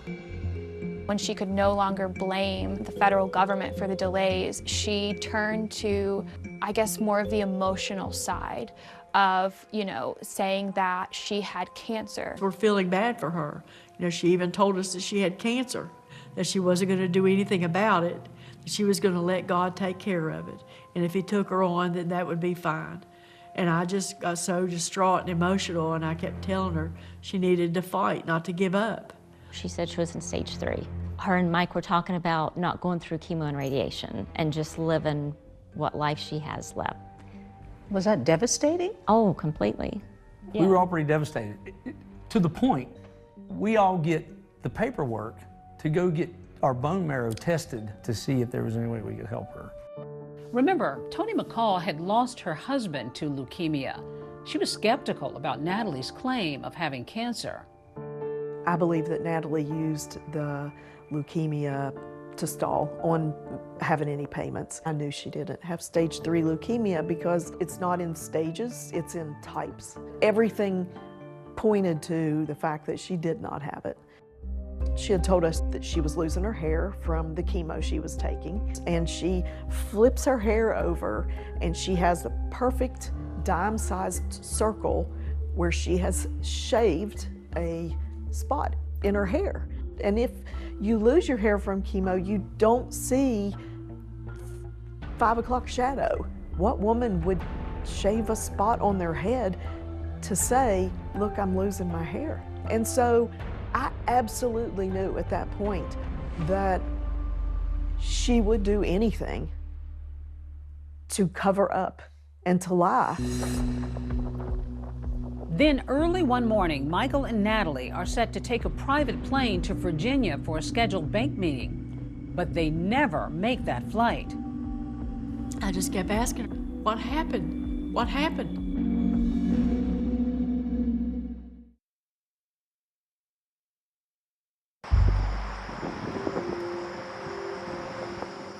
On the morning of February 6th, the plan was that the Cochrans, Michael and Natalie, were going to fly to Virginia to visit the Bank of America there. She had text messages going with me and Jennifer. So the morning of February 6th, they were going to go take a flight. She said she was too sick to fly. She had the flu and the norovirus, and it hit her so hard because of her cancer. She had gone to the doctor, and they put her on such a high dose of steroids that her blood sugar was elevated. She had asked to borrow a vial of insulin. So she needed a bottle of your son's insulin? Yes. And I told her that Chris was getting ready to leave the house, that he could drop it off for her. Chris drops the insulin around 10:30 that morning. Jennifer and Chris receive a photo about 2 hours later, around 12:30, of Michael laying unconscious in the Cochran's kitchen floor. Michael was laying in the fetal position in the floor in his kitchen. So she sends a photo out of him on the floor? Mm-hmm. Yeah. And my reaction in the text was, is he okay? What's going on? He's fine. The contractors are here, putting him on the couch. Okay. Michael is moved from the floor to the couch. People start coming into the home saying, hey, you should probably take him to the hospital. Throughout the day, some of the couple's friends come to the house while others text Natalie, worried about Michael. Every time we would check on him, we would get, he's fine. He's going to sleep it He's off. going to sleep, he's sleeping it off. She said that he was sleeping it off on the couch. The wording of the messages were as if she was communicating with him. He won't go to the hospital. Oh.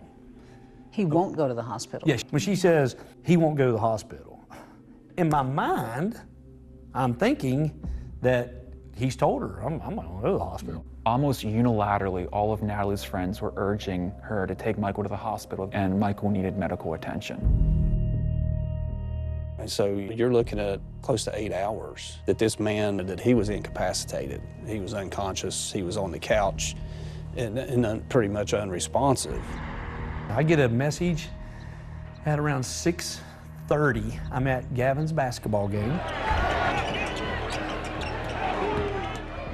And the message says, can you come by after the game? Chris Davis shows up and insists that they take Michael to the hospital, and they load Michael in the car. I knew something was wrong. He's just totally unresponsive. I was like, well, I said, he's gotta go to the hospital. He's been unconscious for 7-8 hours. Like, we're getting him to the hospital. Michael got to the ER at Raleigh General Hospital. His blood glucose was at 21. He was critical, and he was intubated. A blood glucose level of 21 would be extremely low, dangerously low, and basically result likely in some sort of massive cognitive dysfunction, coma, seizure, or even death. Michael's parents are at home that night with no idea of their son's condition. We came home from church, watched a little TV. I was in the bed. Eddie brought me my phone. He said, you got a text message from Natalie. It's 10:30 at night. Concerned by such a late night text, Michael's mom, Donna, checks Natalie's message. She sent me a picture. There's Michael Brandon in the bed, and he's on the ventilator, unconscious, unresponsive. The Davises also received texts from Natalie showing Michael in the hospital. I just kept asking her on text message, what happened? What happened? Doctors determined that Michael is suffering from cerebral edema. Cerebral edema is the medical term for swelling in the brain. We usually think about cerebral edema in the setting of a big bleed or a traumatic event. Michael Brandon, he was fighting to breathe. He was trying his best to live.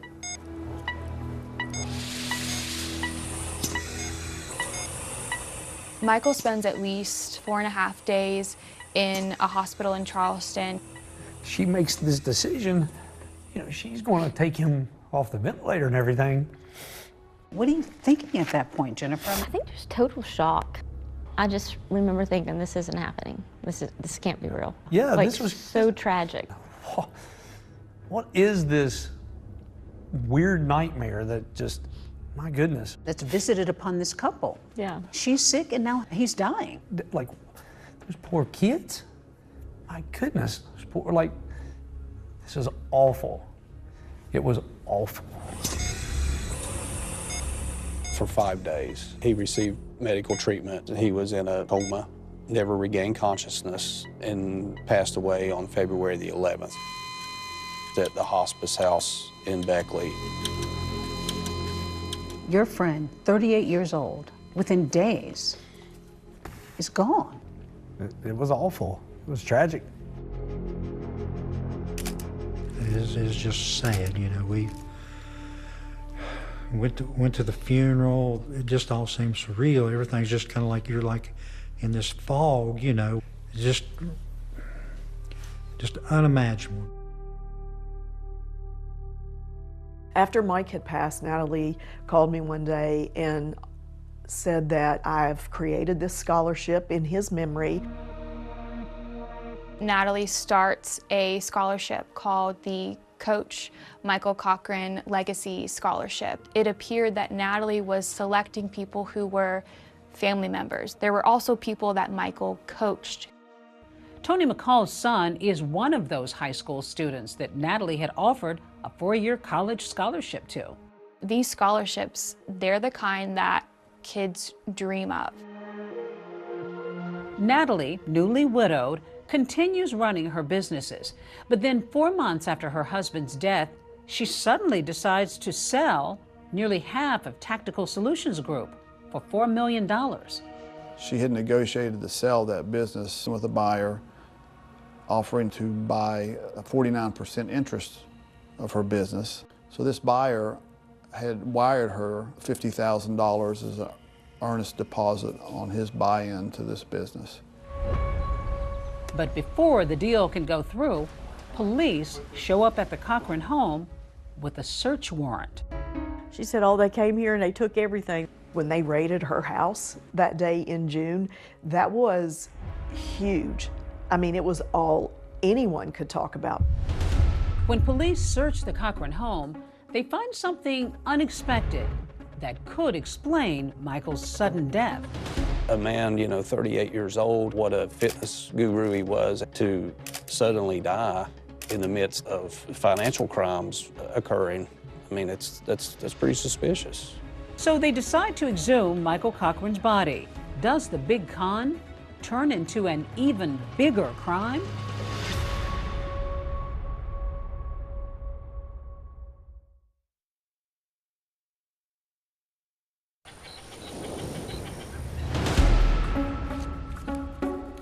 At first, this was just a Ponzi scheme investigation. Tonight, all eyes on the headline-making court case that just wrapped. The interest in this case was huge. Police are investigating the death of Michael Cochran. To suddenly die in the midst of allegations of financial crimes, that's pretty suspicious. So you think he was duped as well? 100% I believe that. The defense counsel made it clear they were living this lavish lifestyle. So how couldn't he have known that this was a Ponzi scheme? Natalie weaved such a web of lies, keeping us all drinking the Kool-Aid. They open the fridge, they find the vial of insulin. That was huge. Did anybody take insulin in the house? No. I said, insulin, what are you doing with the insulin in the refrigerator? Prosecutors called that the murder weapon. What keeps Gavin alive, she used to take life. Just in shock. I'm still in shock. The defense can say, maybe he died of something else. I know that he took steroids and he took many other supplements. He was a ticking bomb. Your daughter-in-law is being accused of killing your son. I mean, how do you kill somebody that you're supposed to love?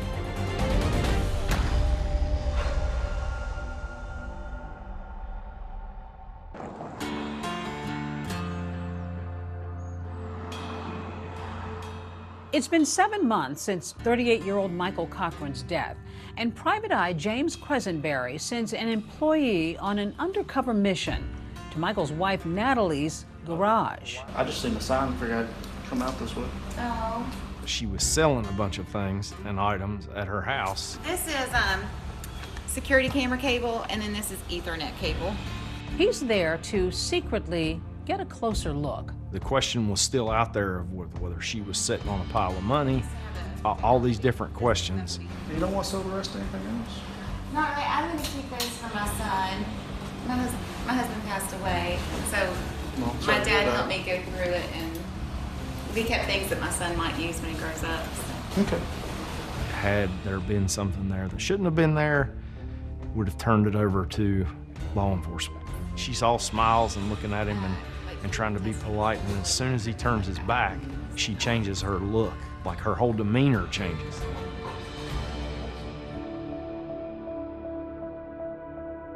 In the months since Michael Cochran's death, authorities have started to take a hard look at the Cochrans' so-called businesses. I received a phone call from a trooper who had spoke with a local business person who had purchased some firearms from the Cochrans, and he had a problem with getting his firearms delivered or the money returned, and he was looking for help in resolving that matter. He had been solicited to be an investor in contracts. He never did it because the information he was receiving from Natalie Cochran on these investment solicitations didn't make sense to him. I was like, yes, we definitely need to take a look at this. So that disgruntled customer then connected investigators with someone who said he had invested with Natalie Cochran. The problem that he was encountering was he kept getting excuse after excuse after excuse with getting his money returned. Bob was going through the records as they were coming in, and so, you know, there's a ton of information there to go through. And Bob's looking at it, we're sitting there one day, and he goes, I'll be damned. He said, it's a damn Ponzi scheme. As they dig in, they take notice of the investigation into that Little League account. Remember, board members had been suspicious of Natalie after money had gone missing. The Shady Spring Little League bank account is one of the many accounts she used to facilitate her Ponzi scheme. Natalie would deposit from their company and then sift it back out in various different ways. Natalie called the alleged financial crimes bogus, and ultimately authorities decided not to charge her with anything related to the Little League. The league never recouped any money. It was all just lost.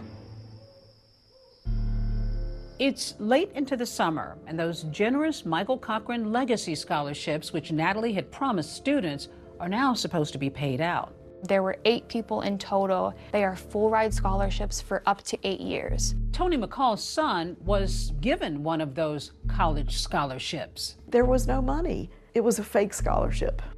Natalie weaved such a web of lies. They were bizarre like that. It was still keeping us all in the flock.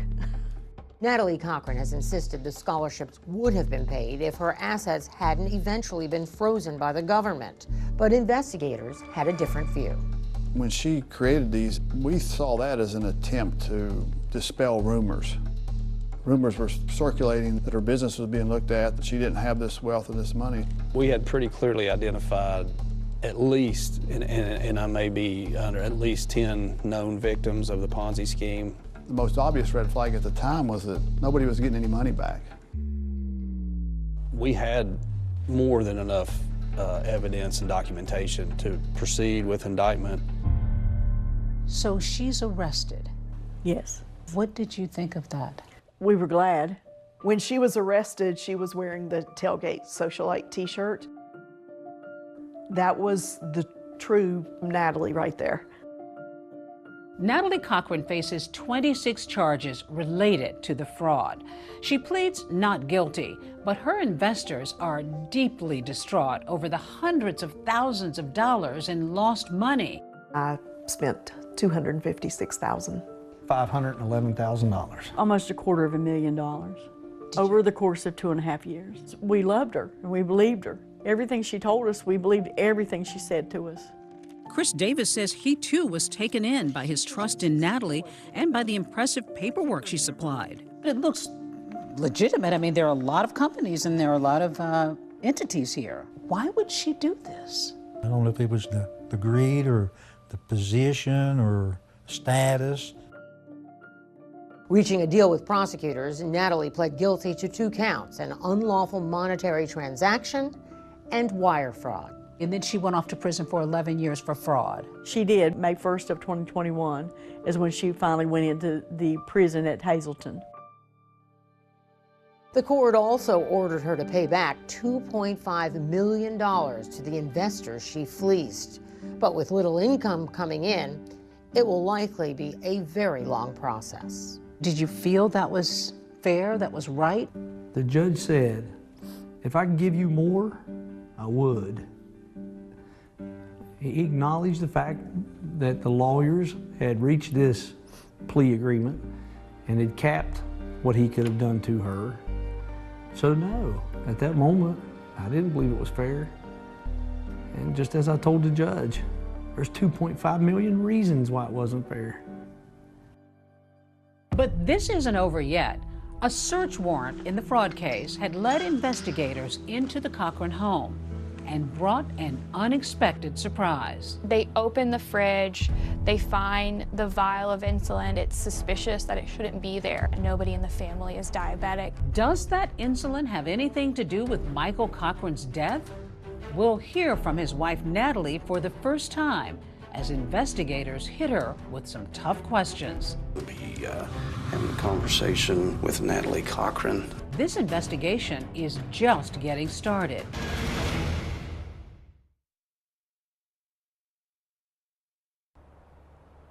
At first, this was just a Ponzi scheme investigation. But as authorities investigate the fraud case, they also began questioning Michael Cochran's unexpected death.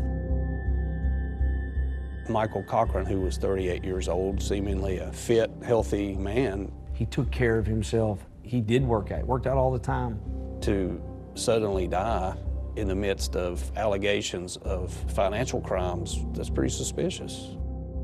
No autopsy had been done on Michael Cochran. The death certificate issued by the hospice where he died listed natural causes. There was no medical examiner involvement.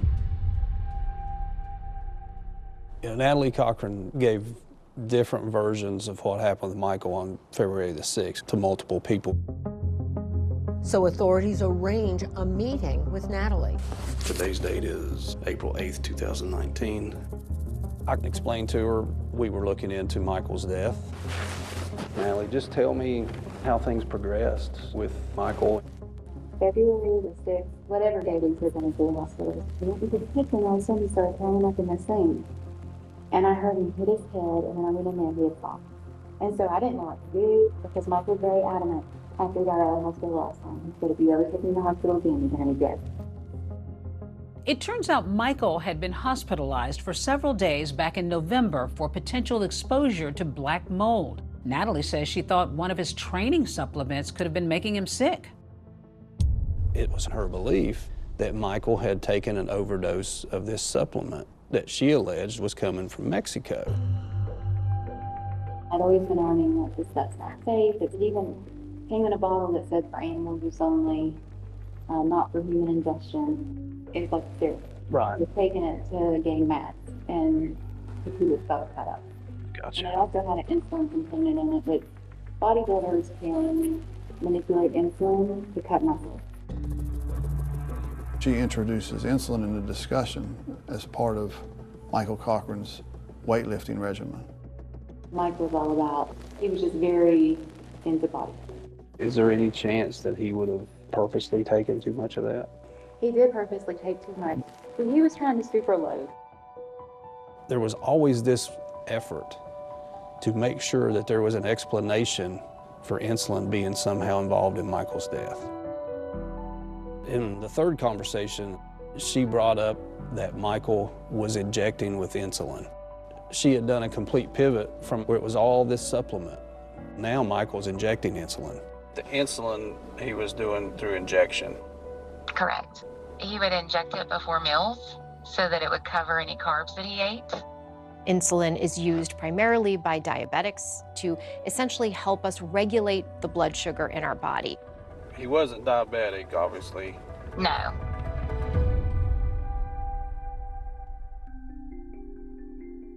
And remember, the fraud investigation is still ongoing. In June of 2019, federal and state authorities conduct a search of the Cochran house. Natalie is there. She was in the garage. The search warrant was done based off the financial crime information investigation only. We anticipated finding additional evidence regarding this Ponzi scheme. But they found something else they didn't expect. Sometimes things happen in investigations that you call it fate. I started rummaging through the refrigerator, and there's this bottle of insulin sitting right there. It shouldn't be there. Nobody in the family is diabetic. That was huge. Where did it come from? Whose is it? Natalie's got the same answer for authorities and for Michael's mother. She said, oh, they came here and they took everything. And she said they even took the insulin out of the refrigerator. Now, what did you make of that? Did anybody take insulin in the house? No. I said, insulin, what are you doing with the insulin in the refrigerator? I keep that here, she said, for Gavin when he came over, if he needed a shock, because he's a diabetic. You believed it? We did. Remember, Gavin is Chris and Jennifer Davis's son. They tell authorities they never stored his insulin at the Cochran house. But then they recall the bag they left for Natalie the morning Michael collapsed. The investigator said, did she ever borrow insulin from you? And that's when Jennifer was like, yeah, she needed it. She had cancer and she got sick. And that's when they were like, you know when? And I felt like at that moment, we both were like, oh my goodness. Because now we know that she's a thief and a fraud. When we started seeing the text messages with Jennifer Davis about insulin, it was very revealing. If you believe the previous things that Natalie has said, she should have already had insulin readily available in the home. So it made no sense to go through all this effort. I think it's clear that she poisoned him with insulin. Authorities develop a theory of how Natalie may have used insulin to kill Michael. When he's finally taken to the emergency room, he presented with a blood sugar level of 21, and he's not diabetic. You get low blood sugar by receiving too much insulin. Natalie had access to insulin. She had the means to inject it. She knew exactly what insulin would do. Investigators believe there's enough circumstantial evidence to tie Natalie to Michael's death. 39-year-old Natalie Cochran is now accused of the February 2019 murder of her husband, Michael. Natalie Cochran pleads not guilty. Was that hard for you to accept that your daughter-in-law is being accused of killing your son? Yeah, it was really hard to believe because, I mean, how do you kill somebody that you're supposed to love and they're your children's father? But why would Natalie want to kill her husband? The investigators thought the text messages looked suspicious. Michael didn't know about the Ponzi scheme, but he was learning. Michael was about to discover he didn't have millions, perhaps $1 billion of legitimately earned income inbound from the federal government, and that was a problem for Natalie. Here is exactly the motive of why she felt like she had to kill Michael.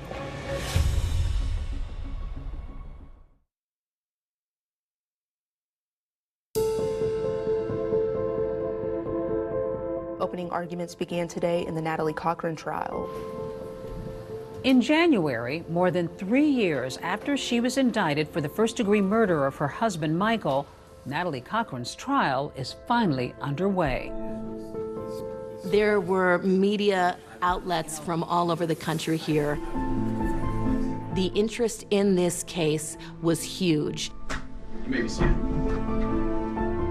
For Michael's family and friends, the 3-year wait for justice has been agonizing.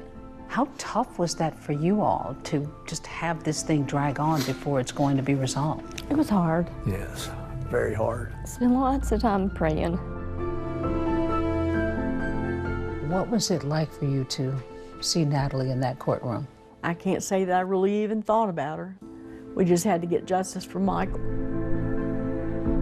Natalie Cochran is a young woman. An 11-year sentence with good time served for the Ponzi scheme is relatively short versus a life sentence for murder. Those stakes are incredibly high. All right, now, Mr. Truman, you may proceed. Thank you, Your Honor. On February the 5th of 2019, Michael Cochran was a 200-pound, healthy 38-year-old man. By midday of February 6th of 2019, he had lost consciousness, and he would never regain consciousness. The state needs to get ahead of the fact that it's an entirely circumstantial case. You got to tell the jury. You're not going to get the stuff you get on TV. There's no DNA, there's no fingerprints. This is it. But that's enough to convict. This is a complex case, ladies and gentlemen of the jury. But it's built by the state of West Virginia on conjectures and innuendos, and glaringly lacking in motive and the evidence necessary to prove that my client killed her husband. Natalie understood that we cannot present a defense that would somehow skirt the issue of the Ponzi scheme or that would hide it from the jury. We admitted to the jury what was well known to everybody. The fact that she is perhaps a fraud and perhaps a cheat, and that you wouldn't perhaps want to invite her home for Sunday dinner, that you wouldn't like her, does not translate into being a murderer. We absolutely believe that the imminent failure of the Ponzi scheme was Natalie's motive to kill Michael. That was going to happen, and it was going to happen very, very quickly if she didn't act. What Michael Cochran didn't know is certainly one of the most important questions here. But to me, what's more important is what he was about to know, the consequences that would come when he found out that information. And at the heart of the case, a vial of insulin. Prosecutors called that the murder weapon. Yeah. Yeah. What keeps Gavin alive, she used to kill. She used to take life. On the morning of February 6th, Jennifer Davis remembers getting a text from Natalie asking to borrow that insulin. She testifies about that exchange. Can you just explain to me what's going on in this conversation? She said that her and Mike, they were both sick, and she had to start taking small insulin shots. Did you provide that insulin to her? I put the insulin in a bag and gave it to my husband, and he dropped it off on the porch on the way to work. Several hours later, Natalie sends Jennifer a picture of Michael unconscious on the kitchen floor. What did this picture mean to you when you received it? Just that it was just shocking that he was laying there. Natalie contacts 2 construction workers that had worked for the family, says, Michael's on the floor. I'm gonna need help picking him up from the floor and taking him into the living room. So after Chris Davis drops off the bag of insulin, Natalie sends out a text. She invites several friends over throughout the day to check on his condition and essentially make sure he's okay, but not take him to the hospital. In a statement to ABC News, Natalie Cochran says that, quote, Mike hated the hospital. He threatened several people that we better not take him back. Stephanie Hamilton, a physician's assistant, came over to check Michael out and found him non-responsive. What did you specifically notice? That he needed to be checked. I said even people with the history of seizures, anytime they have one, they need to be checked. I kept offering, like, I would go with her. She said she was gonna let him sleep it off. You also heard from her later today. Take a look at that. 21. What does that mean? No one should ever have a blood sugar of 21. What's gonna happen if they do? They're in a coma. Probably near death. At some point, you go over. Yes, and I walk in the living room. He's laying on the couch, like he's sleeping. What did you do?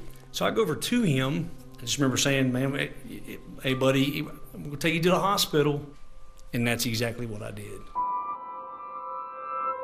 But by this time, it's too late. Michael gets to the hospital, but the damage has been done. Take a moment, you're okay. Chris, it was very tough for you in court when they showed you the photo that you had already seen of Mike. Yeah. Why did it hit you so hard? I wished I could have got to him first.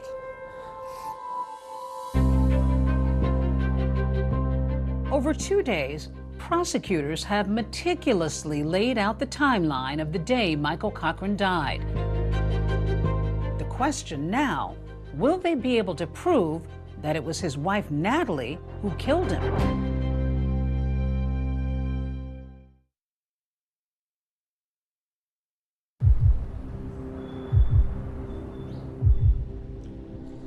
Mr. Truman, you may call your first witness.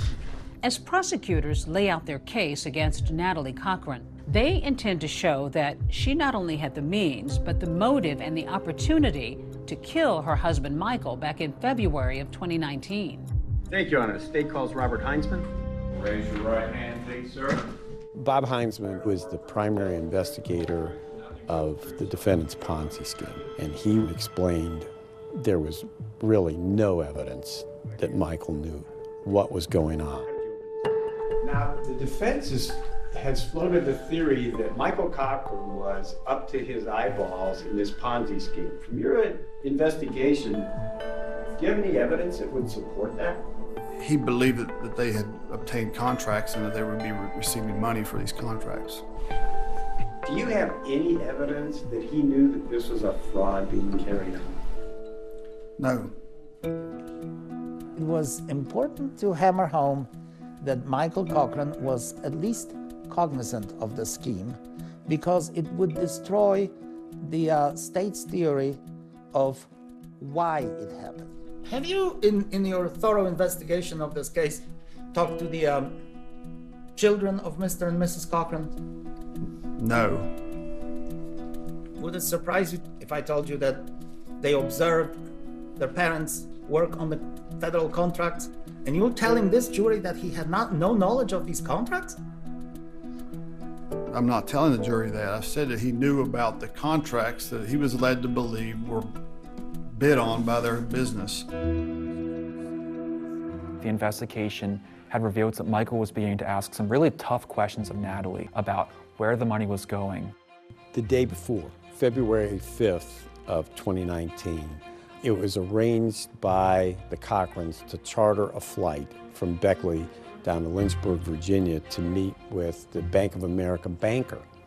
And of course, that was a meeting that Natalie could never allow to happen, because if it did happen, then Michael would know, and that would have been the end of her Ponzi scheme. Court Nexon was an employee of Bank of America. He testified via Zoom in this trial because he's not local. And that was to take place February 6th of 2019, correct? Correct. Looks like they said they were going to fly in, and so we were basically responding to their schedule and setting things up as best we could. Did that meeting take place? Never took place. Natalie was becoming desperate at this point. Prosecutors argue that if Michael was in the dark, Natalie's deception was about to come to light. Putting Jennifer Davis on the stand explains how Natalie got the insulin that she needed to kill Michael. Jennifer, at this point, you were offering to help out a friend in need. Is that fair to say? Yes. Did she accept your offer of help? Yes, she did. She asked if she could borrow a vial of insulin. According to Dr. Uribe, who was one of our forensic pathologists, the only way that Michael's blood sugar could have plummeted to 21 was if someone else had given him insulin. There was profound hypoglycemia. Hypoglycemia is low blood glucose. Once he was treated for the hypoglycemia, the blood sugar went up and then it went back down again. To me, that is a significant pattern. And why is that pattern significant to you? Because there are only a few things that can do that. One of the big things is insulin administration. But the defense poses an important question. Could Michael have injected himself as part of a bodybuilding regimen? Dr. Uribe pushes back against that suggestion. To my knowledge, bodybuilders don't use insulin. During the murder investigation, Michael's remains were exhumed, and Dr. Uribe conducted an autopsy. And what did you determine were Michael Cochran's cause and manner of death? I came to the conclusion that the cause of death was exogenous insulin administration. Your Honor, the state calls Timothy Bledsoe to the stand. Tim was able to draw all of the parallels and connect all of the pieces. He was able to explain for the jury how and why the Ponzi scheme and the failure of the Ponzi scheme led to the murder of Michael Cochran. It was about telling that story, you know, another piece to the puzzle. And I think overall, I think we were successful. And we previously heard Jennifer Davis testify that she had insulin sent to the defendant's home. Is that your understanding? Yes. Do you recall why the defendant needed the insulin that morning? I believe it was something related to cancer treatment. And throughout the entire course of your investigation, did you ever uncover any evidence that the defendant had cancer? No. Did you waver at all? Did you wonder maybe the prosecutors had this wrong, that it was just a horrible set of circumstances? Not once they talked to us. And then I started going back through, you know, my text, and, you know, Chris and I started talking, and then I was just in shock, disbelief. I was still in shock. It just doesn't seem real at all. But it was hard. Prosecutors have rested their case. Now it's the defense's turn to persuade the jury that Natalie Cochran is innocent. And to do that, they bring in their own star witnesses, Michael and Natalie's children. Do you swear or affirm to tell the truth, the whole truth, and nothing but the truth, so help you God? Yes, Your Honor.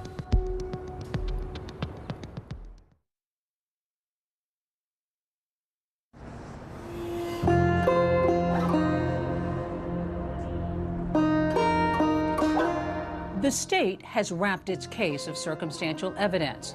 Now it's the defense's turn. Good morning, ladies and gentlemen of the jury. Good morning. They believe there's not enough evidence to prove that Natalie Cochran killed her husband, Michael. The atmosphere in the courtroom was, what's the defense going to bring? You could sense some anxiety there of what the defense was going to say about Michael to try and explain away Natalie's actions. The defense has already told the jury that Michael Cochran was, quote, a ticking bomb because of his alleged medical problems and health history. Their game plan is to discredit the prosecution's case and Michael Cochran himself. There was no forensic evidence to tie her to a murder. Zero forensic evidence. They called two surprising witnesses to the stand, Natalie and Michael's children. Would you state your name for the record? Nicole Cochran. Okay. What type of medication was he taking? I know that he took steroids and he took many other supplements. Did he do it daily? Yes, every morning. Was he into supplements and vitamins and all of that stuff? Oh, absolutely. He took his supplements, his pre-workouts, and those things. He tried to take care of his body. He would lay all of his pills out on the counter, and there would be so many of them that they would just sit in a whole circle, and it looked like the size of a dinner plate. And then he would scoop them handfuls at a time into his mouth. The theory by the defense counsel is that Michael Cochran was not a healthy individual. Did you start noticing changes in your father's health? He was very agitated and angry, more so than not, and he was having a lot of headaches. The defense asked the same line of questioning to the Cochran son, whose face is concealed on the witness stand because he's a minor. Did he ever inject anything? Definitely steroids. He took supplements and things like that. Did he take steroids? He never took any steroids. If you would see him, everything that he has, all the muscles he has, is natural, hard work. Mike wasn't a bodybuilder. He ate too much pizza to be a bodybuilder. Was he fit? He was. Was he in shape? He was. Did he work hard for that? He did. And he was taking things from Mexico, they were saying, things that were not approved by the FDA. What did he get from Mexico, do you know? I don't know the name of the steroid, but it was definitely an anabolic. What was that like to see them testifying on their mother's behalf? You know, they love their mother. Of course, they're going to defend their mother, but the things they said about their father was really heartbreaking. Defense lawyers argue that Michael Cochran was not exactly a healthy 38-year-old and that his lifestyle led to 4 hospital visits between 2017 and the time of his death in 2019. He got sick, and I feel like around that time is when you could just notice that he started to change a little bit, just forgetting stuff all the time. And he was more aggressive. Towards whom? Aggressive? Towards everybody. Natalie had told friends and family that her husband also suffered from seizures, plus symptoms of black mold poisoning from renovations he did on their house. Oh, had you heard of him having seizures? We were told that he had seizures and he was exposed to black mold. The defense also tries to hammer away at the state's motive, the Ponzi scheme. They claim Natalie Cochran wasn't the only one involved. They say Michael was too. I always saw him working on his computer, and he would say that that's what he was doing. Say that he was doing what? That he was filling out contracts. Did your mother do that? No. Who was working on the contracts? My dad. We had heard that Natalie Cochran was going to take the stand. She had informed the judge that she was going to testify in her own behalf. And at the last minute, she decided that she wasn't going to testify. The jury was extremely attentive, but the jury was never more invested in what was being said than in the closing arguments. All right, are you folks ready to deliver your closing remarks? Natalie was a diabetic counselor and a pharmacist. She knew that injecting insulin into a non-diabetic would cause harm. Is that the action of a planning cold-blooded killer? She would get that insulin ahead of time, not on the day of the murder, and involve 2 witnesses against her right there and then. She chose over and over, after repeated pleas from friends and loved ones, to leave Michael on the couch. It's a horrible tragedy, but a tragedy, not a murder.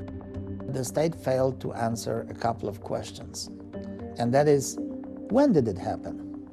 Where did it happen? How did it happen? There was no deductive reasoning where you would say, well, it was Professor Plum with the candlestick in the study. Well, it was actually the pharmacist in the kitchen, according to the prosecution's theory. She had a clear motive, and you saw that leading up to this date, Michael was about to find out what she was doing to people. Do we know what he was going to do with that information? We never will, because he won't have the chance to tell us. Ms. Cochran is committed crimes of fraud, but that doesn't make her a murderer. We're asking you to find her not guilty. 21 was such a crucial number because nobody's blood glucose should be at that level unless you've had an injection of insulin. A normal blood glucose level would be anywhere from 70 to around 130. 21. And that's the number we're going to rely on to convince you beyond a reasonable doubt that this defendant killed Michael Cochran. Find this defendant guilty of first-degree murder, because that's exactly what she did. The case is now in the hands of the jury. Were prosecutors able to convince them that Natalie Cochran killed her husband? Or did the defense poke enough holes to sow reasonable doubt? People yell out, "There's a verdict," and then people start scurrying to get a seat inside the courtroom. Has the jury reached a verdict? Yes. When that verdict comes back, they were shocked.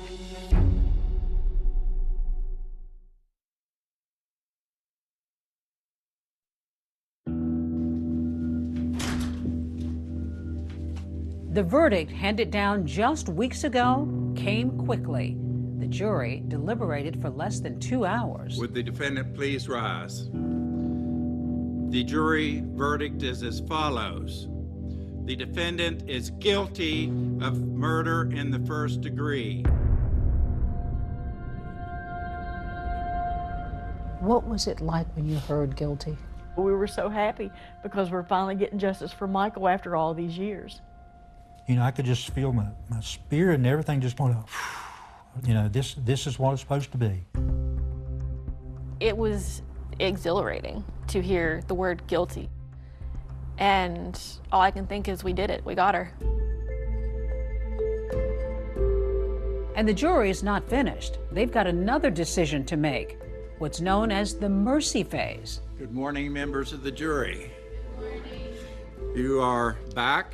Mercy, which means the defendant gets parole eligibility after serving 15 years, or no mercy, which means there's no eligibility for parole. You'll raise your right hand, please. A slew of Natalie Cochran's family, including her mom, tearfully take the stand. I beg.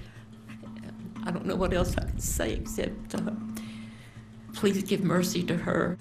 For a second time, Natalie's 19-year-old daughter faces the jury that's already convicted her mom in her father's murder. I missed her at my high school graduation, and I missed her on the day I moved into college. I'm begging you to give her mercy so that I don't have to miss more. Natalie Cochran's family ended up leaving when the family of Michael Cochran, when they were up there. Raise your right hand, please, ma'am. We, along with our family and friends, have sat quietly and graciously and painfully watched and listened as Michael's good name has been murdered time and time again. It was one of the most intense pieces of testimony in the entire trial. This spoiled, evil, narcissistic murderer had seldom, if ever, been denied this which she wanted. She will try to blame my precious son Michael for her evilness and deceit. Do you remember what you said that you felt the strongest about? When I said that please, please, don't give her any mercy, we ask that you please, please, no mercy. She never gave Michael any mercy. I think it was extremely riveting for the jury to see. We, the jury, unanimously do not recommend mercy. Natalie Cochran will spend the rest of her life in prison. But the pain lives on for Michael's friends, Jennifer and Chris, whose son's insulin may very well have been used to end their friend's life. I trusted her, and that's the exact same thing she used and borrowed from me, and that's hard, and that's something I'll have to live with. As far as I'm concerned, justice has been done. She's where she needs to be. You've lost your son, you've lost financially, you've lost a lot. Yes, we have, but we have each other and we're strong for each other. That's the only way we can get by, and because of God. What about your grandchildren? Do you hope to have a relationship at some point with them? Right now, I think it's best the way that it is. I don't see them coming around, and we have to accept it and just go on. Just days after the verdict, I visited with Michael's parents. His stepfather, Ed, took me to a special place they've created to honor their son's memory.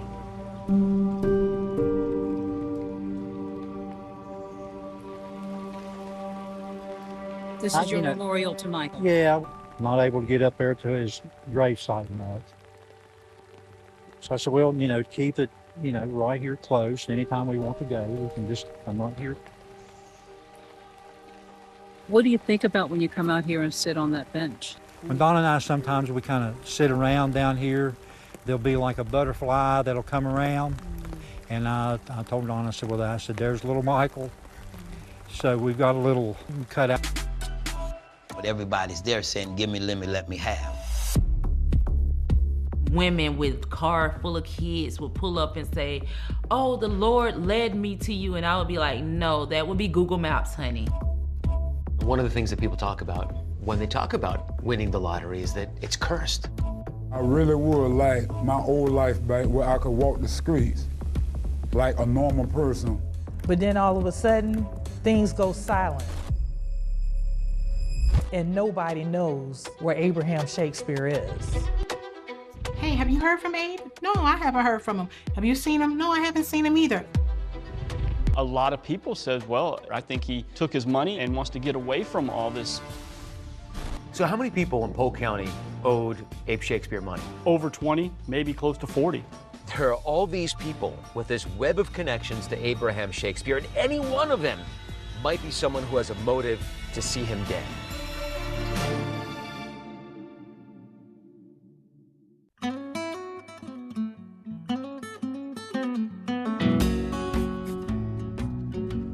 We all dream of a moment in life that will instantly change everything. A stroke of luck, and nothing will ever be the same again. That's exactly what happened to a man with the name you will never forget, Abraham Shakespeare. While Abraham Shakespeare was on a trucking route with his colleague, Michael Ford, they stopped at a convenience store. Mike Ford, who's the driver, says, "You need anything?" Abraham, who's staying in the truck, says, "Yeah, you know, give me 2 quick picks." Right here at this gas station in a town with a name you just can't make up, Frostproof, Florida.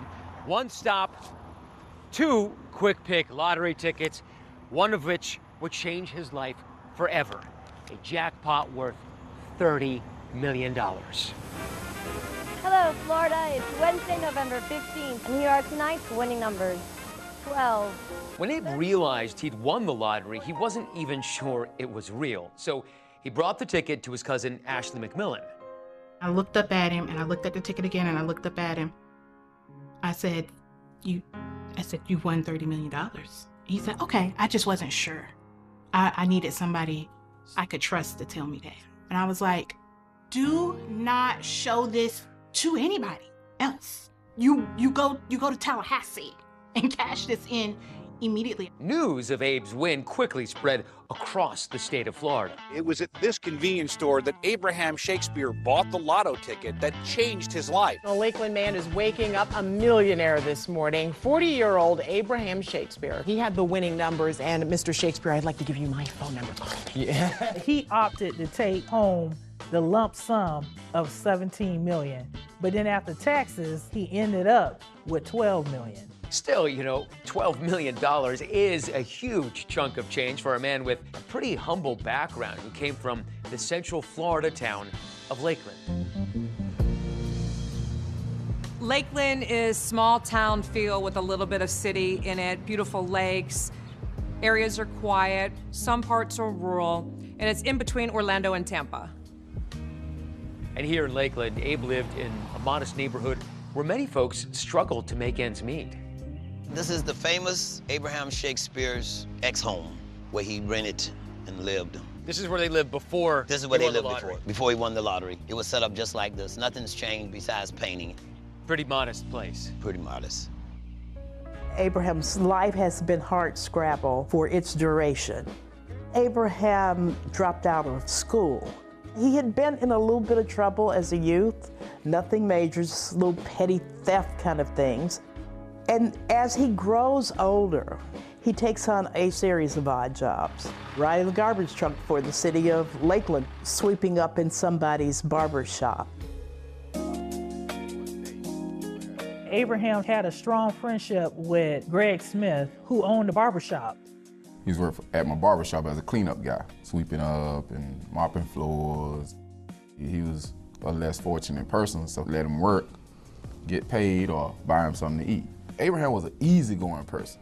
He took life just as it came. What kind of guy was he? He was a humble guy. Humble, respectful. You know, he wasn't a hard ass. He was a good dude. He didn't smoke, he didn't drink, he didn't do dope. He was just trying to survive, trying to make it in the world as most people do, but without being in the limelight of problems and trouble. Even though he didn't have a whole lot, he was very content.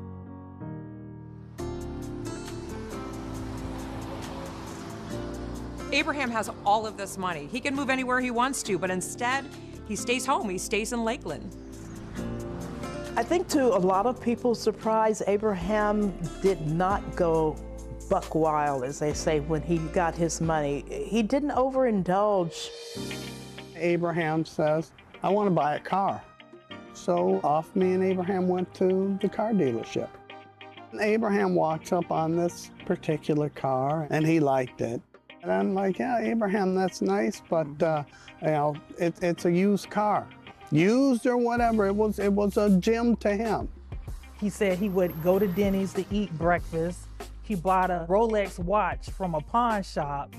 He come to the shop every day, millionaire, come to the shop, sweep the floor. Yes. You better not drop a penny on the floor. First thing he gonna say, he gonna pick it up, he gonna say, pennies make dollars. Abraham doesn't spend much money on himself, but the one thing that he really wants is a new house. So he buys a 5,000 square foot, $1 million mansion. Prior to winning the lottery, he would walk around this exclusive neighborhood and he would dream about living in one of those homes. He was able to buy his dream home for $1 million in the gated community.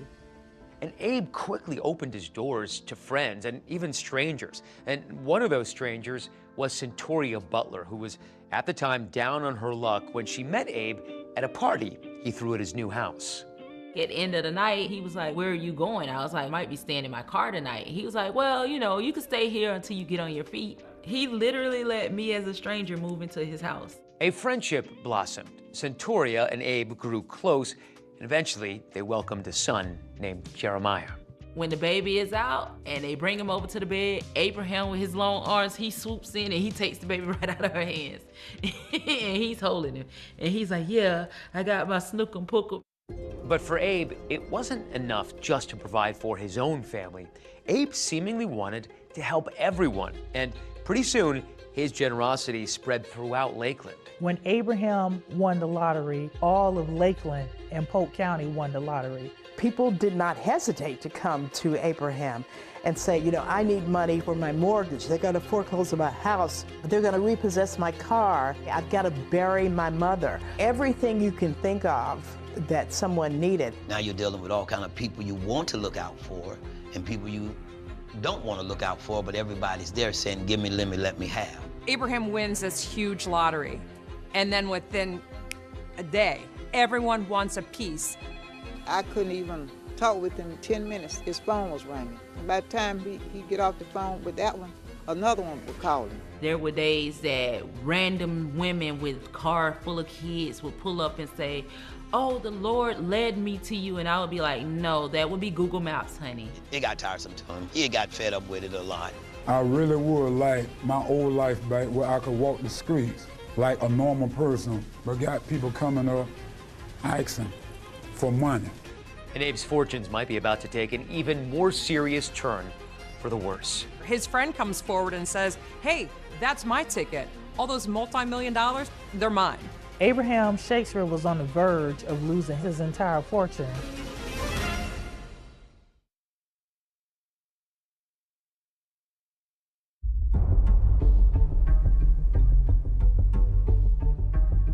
When Abe Shakespeare moved into that gated community, he was stepping into his life of luxury as a recent lottery winner. But those gates still couldn't keep people out.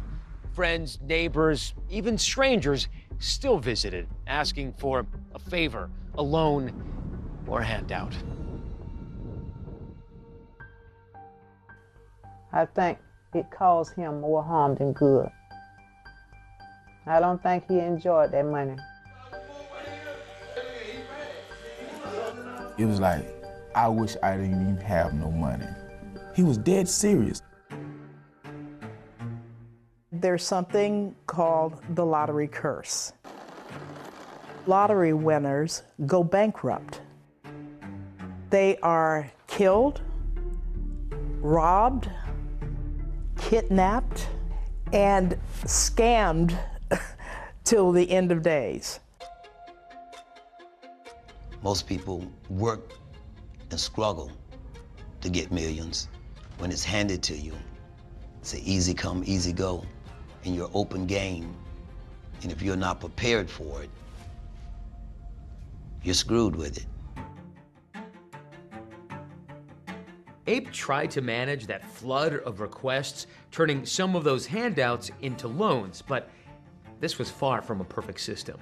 One of the things that Abraham did was he set up a business venture in which he became the Hood's bank. But that also meant that he had to make arrangements with them for when they would pay back and how much they would pay back. This was becoming overwhelming. Abe was giving out money faster than he could keep track of. And then things took an unexpected turn with that coworker on the trucking route, the guy who bought the winning lottery ticket for him, Mike Ford. Suddenly, there's a lawsuit against Abraham filed by Mike Ford, who is claiming that Abraham stole the tickets. I was able to immediately get in contact with him. He was upset because he thought that Michael Ford was a friend. To defend himself, Abe brought in a high-profile attorney named Willie Gary. Willie Gary is a force, very self-confident. Willie has a private jet. He drives around in Rolls Royces. He wears, of course, custom-made suits.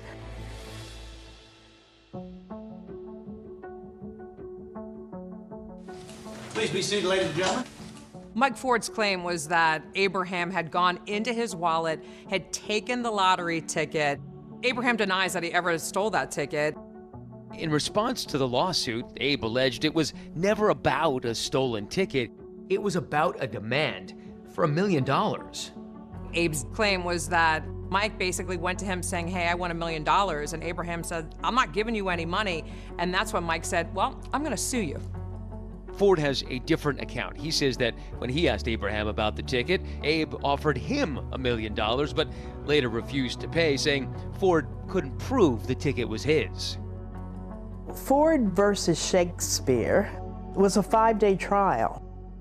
Michael Ford did his best to present his case, but the jury only took an hour to find against him. It was a battle over millions in that courthouse, but in the end, he got to keep all of his money. And then he met someone. He met someone who promised to help him, who promised to protect his fortune, to secure his future. Was Abe's luck finally turning around? A woman named Doris Moore, they called her Dee Dee, Florida-born, very ambitious, pretty smart. She comes along. In fall of 2008, Dee Dee goes to this small business conference where she meets the realtor who sold Abraham his $1 million mansion. And she thought it would be cool to write a book about his life. Dee Dee is introduced to Abraham, and he agrees to let her profile him. She wanted to sit down and interview us for her book. Dee Dee Moore seemed like she was a very professional woman. She was in a suit and heels and hose and everything, and said that she owned a company, American Medical Professionals. Dee Dee Moore is a self-made businesswoman, a very successful businesswoman with a medical staffing company. And the more time Dee Dee spent around Abe, the more involved she became, not just as an author, but also as an advisor. She learns that he has all this money out there in the community. She said, you need a financial advisor, you need some financial help. I am an expert at that. The next thing you know, Dee Dee is Abraham Shakespeare's sidekick and his emissary who goes around to collect money. She had her own money. She didn't need his money. And that became a trust factor for him. He's like, you know, she has her own business. She, you know how to run things. She gonna help me with my LLCs. Dee Dee wasn't just helping Abe with his money. She also started recording their conversations, capturing these behind-the-scene moments where, even with her help, he still appeared to be fed up. Do you get tired of people asking you for money all the time, Abe? Give me your opinion on it. I've been tired. A year ago. All of a sudden, things go silent, and nobody knows where Abraham Shakespeare is. None of his children had heard from him. His mother hadn't heard from him. Nobody had heard from him. And just like that, Abraham Shakespeare disappeared. No calls, no goodbyes, not a word to the people he loved. It was like he vanished into thin air.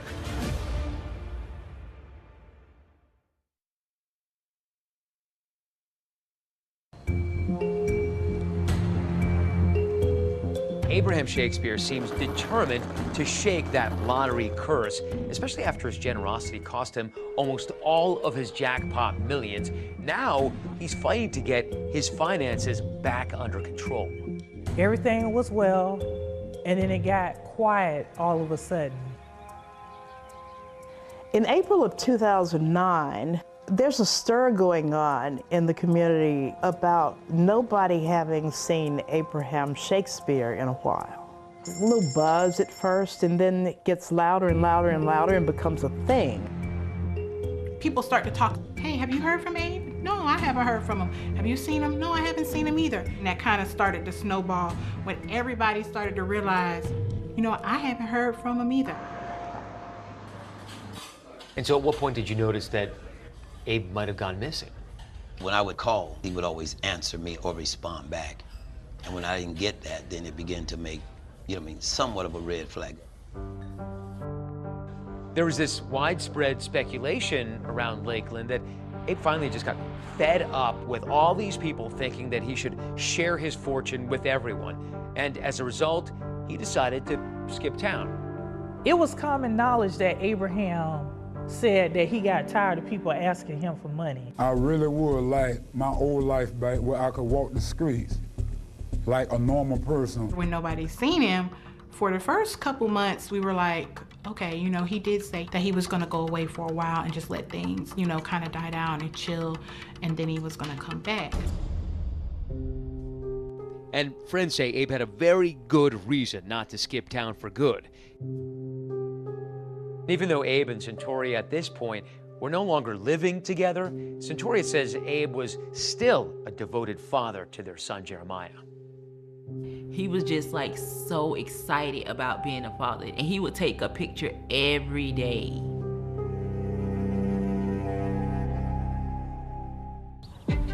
Finally, in November of 2009, almost 6 months since Abe disappeared, Abe's cousin, Cedric Edom, decides to file a missing persons report at the Polk County Sheriff's Office. Abraham's cousin, Cedric Edom, reported him missing to our missing persons unit, and that's where the whole investigation started. But the investigation gets off to a slow start. Lots of people are still convinced that there's an innocent explanation for Abe's disappearance. A lot of people said, well, I mean, I don't think he's missing. I think he took his money and wants to get away from all this. One of Abe's friends, Judy Hagans, even told the police Abe had mentioned leaving the country. Did he ever discuss any intricate plans with you that, hey, I'm going to disappear and nobody's ever going to see me again? Yeah, and he did. What was that about? Tell me. He really wanted to move to Jamaica. Still, there was an aspect of Abe's disappearance that puzzled some of his friends and family members. All of a sudden, they started receiving these random text messages from him. All of these people that Abraham would normally just pick up a phone and talk to or stop by to see were getting text messages. So at this point, there are a bunch of people coming out of the woodwork who are saying that they've heard from Abe. Right. I got a text at one point. And what did that text say? He was out and just didn't want to be bothered. And the mother of his child? Centauria, she received a text message saying he was going on vacation and leaving her for another woman. I'm texting Abraham, and I'm getting texts back, oh, I'm leaving you for this woman, and we're going to the Bahamas. I got a reply from his number. And the reply was, I don't need nobody filing no missing persons report on me. I'm fine. But Ashley and others close to Abe say they had some serious doubts about whether he was actually the person sending those texts, even though they were coming from his phone. I knew that wasn't my cousin. This is not Abraham texting me. There's no way that he could have constructed those text messages because Abraham Shakespeare could barely read and write. In fact, his cousin, Ashley McMillan, used to read him the greeting cards here at this Walgreens where she used to work. Before he won the lottery, he was always buying Hallmark cards. He was like, hey, can you come read this card to me? I need something that conveys like empathy or sympathy. I asked him one time, I was like, why can't you just read the card? And he looked at me dead square in the face and was like, I cannot read. It was so suspicious as people were getting text messages because he couldn't read or write. And if it wasn't Abraham, who were the text messages coming from? That was one of the biggest hurdles we had in the beginning of the case, was nailing down when the last time not only was Abraham seen, but when someone physically and actually talked to him on the phone. So this case is such a mess that in the beginning, you don't even have a starting point. Every time we would talk to someone, they had heard something different. It just seemed like every story was leading back to Dee Dee Moore. And so we're just like, okay, we've got to talk to Dee Dee Moore, because this lady Dee Dee is associated to every story that we're being told. For Abe's friends and family, it makes sense that if anyone knows where he is, it would be Dee Dee. I mean, after all, she has been working closely with him to get his finances in order. As their friendship began to blossom, Abraham and Dee Dee Moore hung out quite a bit. She became a major asset to him by helping Abraham collect on money that was owed to him. Everybody was very uncertain. Dee Dee had an answer. When police interviewed Dee Dee about Abraham's whereabouts, she says nothing's wrong. In fact, I'm in constant contact with him.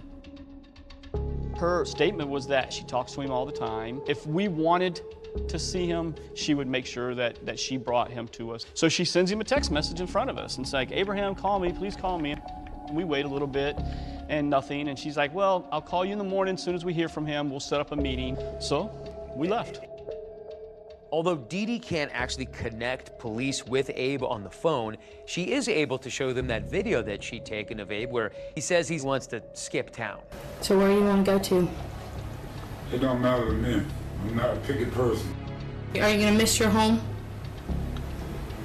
Yep, I miss it, but life goes on. Weeks go by and there's no word from him, and suspicion begins to mount. But then this startling development.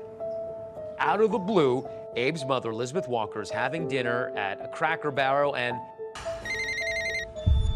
Elizabeth's phone rings. And she opens her phone and sees it's Abraham calling. And she said, oh my God, it's Abraham.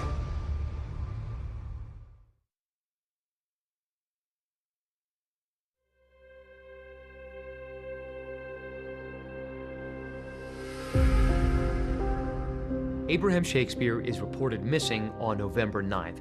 Most of his friends and family say they have not seen him or heard his voice since April. Is there a chance at this point in the investigation that Abe Shakespeare might just turn up somewhere? I think we thought that was a real true possibility. Once we put him in the national database as missing, we got calls from all over the United States, and some of them with super confidence that it was Abraham. It wasn't him, but we had to deal with a lot of that. With all of these empty leads, investigators are now looking at other angles. So there's a whole pool of potential individuals that you could look at with some sort of motive if his disappearance did, result in foul play. We certainly hope Abraham's alive and well, and he has successfully hidden himself away. But our investigation doesn't lead us to believe that at this time. At this point, detectives are not only concerned that lottery winner Abe Shakespeare might be missing, they're concerned he might be dead. So how many people in Polk County owed Abe Shakespeare money? Over 20, maybe close to 40. And so some of them would probably not be so upset if he never appeared again. That was the problem, is that there was a lot of people that owed him money. But investigators aren't particularly interested in a man who had claimed that Abe owed him something. Presiding. Please be seated, ladies and gentlemen. Again, if you have a cell phone. Michael Ford lost a lawsuit to him, claimed the winning lottery ticket was his, went all the way to a trial. He's probably pissed off. $30 million of upset. Michael, we're up here talking to you about Abraham Shakespeare. How do you know that name? Because I went to trial with him for a lotto ticket. Okay. And at no time did you see Abraham Shakespeare while you were in Florida? And just for the record, you didn't in any way harm, hurt, or cause Mr. Shakespeare to be missing at this time, did you? No, sir. We actually pulled his phone records to confirm that where he was, and he was in Georgia. I mean, we looked at him that hard, but it was more of an elimination thing. Well, detectives have a long list of possible suspects to go through. Marissa Green at the Ledger in Lakeland is focused on one person, Dee Dee Moore. I felt like I had a vested interest in finding Abraham Shakespeare, just like the detectives. A couple of weeks before it was officially announced that Abraham Shakespeare was missing, I met Dee Dee Moore over the phone for the first time. She promised that she could produce him and I could interview him, but that never happened, and it went silent. And so that's when my red flag started to raise about this woman and who she was. Then in December 2009, Marissa is able to convince Dee Dee to come down to the Ledger newsroom for an interview with her and her editor, Lyle McBride. Dee Dee tells them that at the time Abe disappeared, most of his lottery jackpot was long gone. And he didn't have any money left, really. Right, except for what he was collecting, the regular little loans. The few that were paying him back, that's what he was living off of, because everything else was froze. Because all his other money was tied up. She said everybody else was taking advantage of him, but not her, because she had her own money. That's the kind of person I am. If you've asked my family and my friends, I've been that way my whole life. I always helped people. During that 3-hour interview, Dee Dee now tells a different story. Now, she insists that Abe left town to avoid having to pay money in the child support fight he is supposedly having with the mother of his son, Centoria Butler. And so he was very upset and adamant that he would rather spend 179 days in prison, if they find him, than to pay her anything.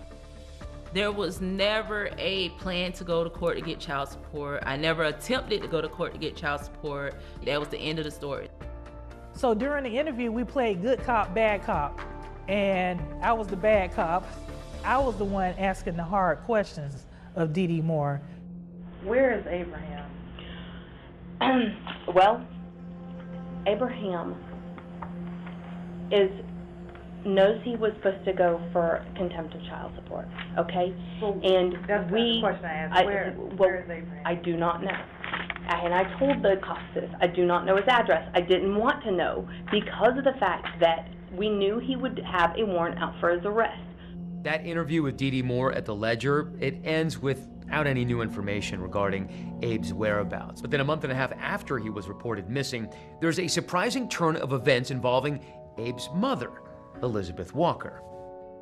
Dee Dee befriended her. And they're having dinner together one night. The phone rings, and it's Abraham. Hi, Mom, I love you.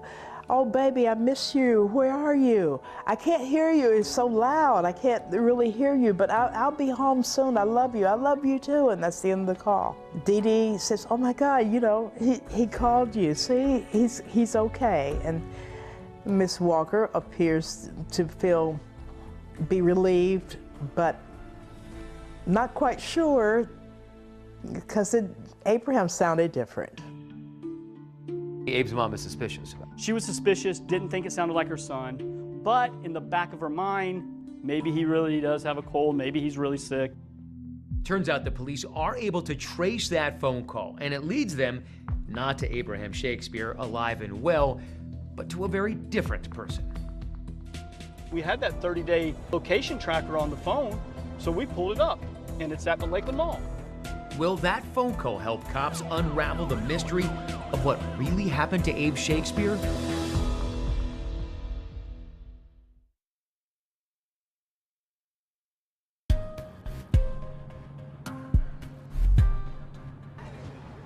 3 weeks after Abe Shakespeare's disappearance is reported to police, the full attention of investigators is now on Dee Dee Moore.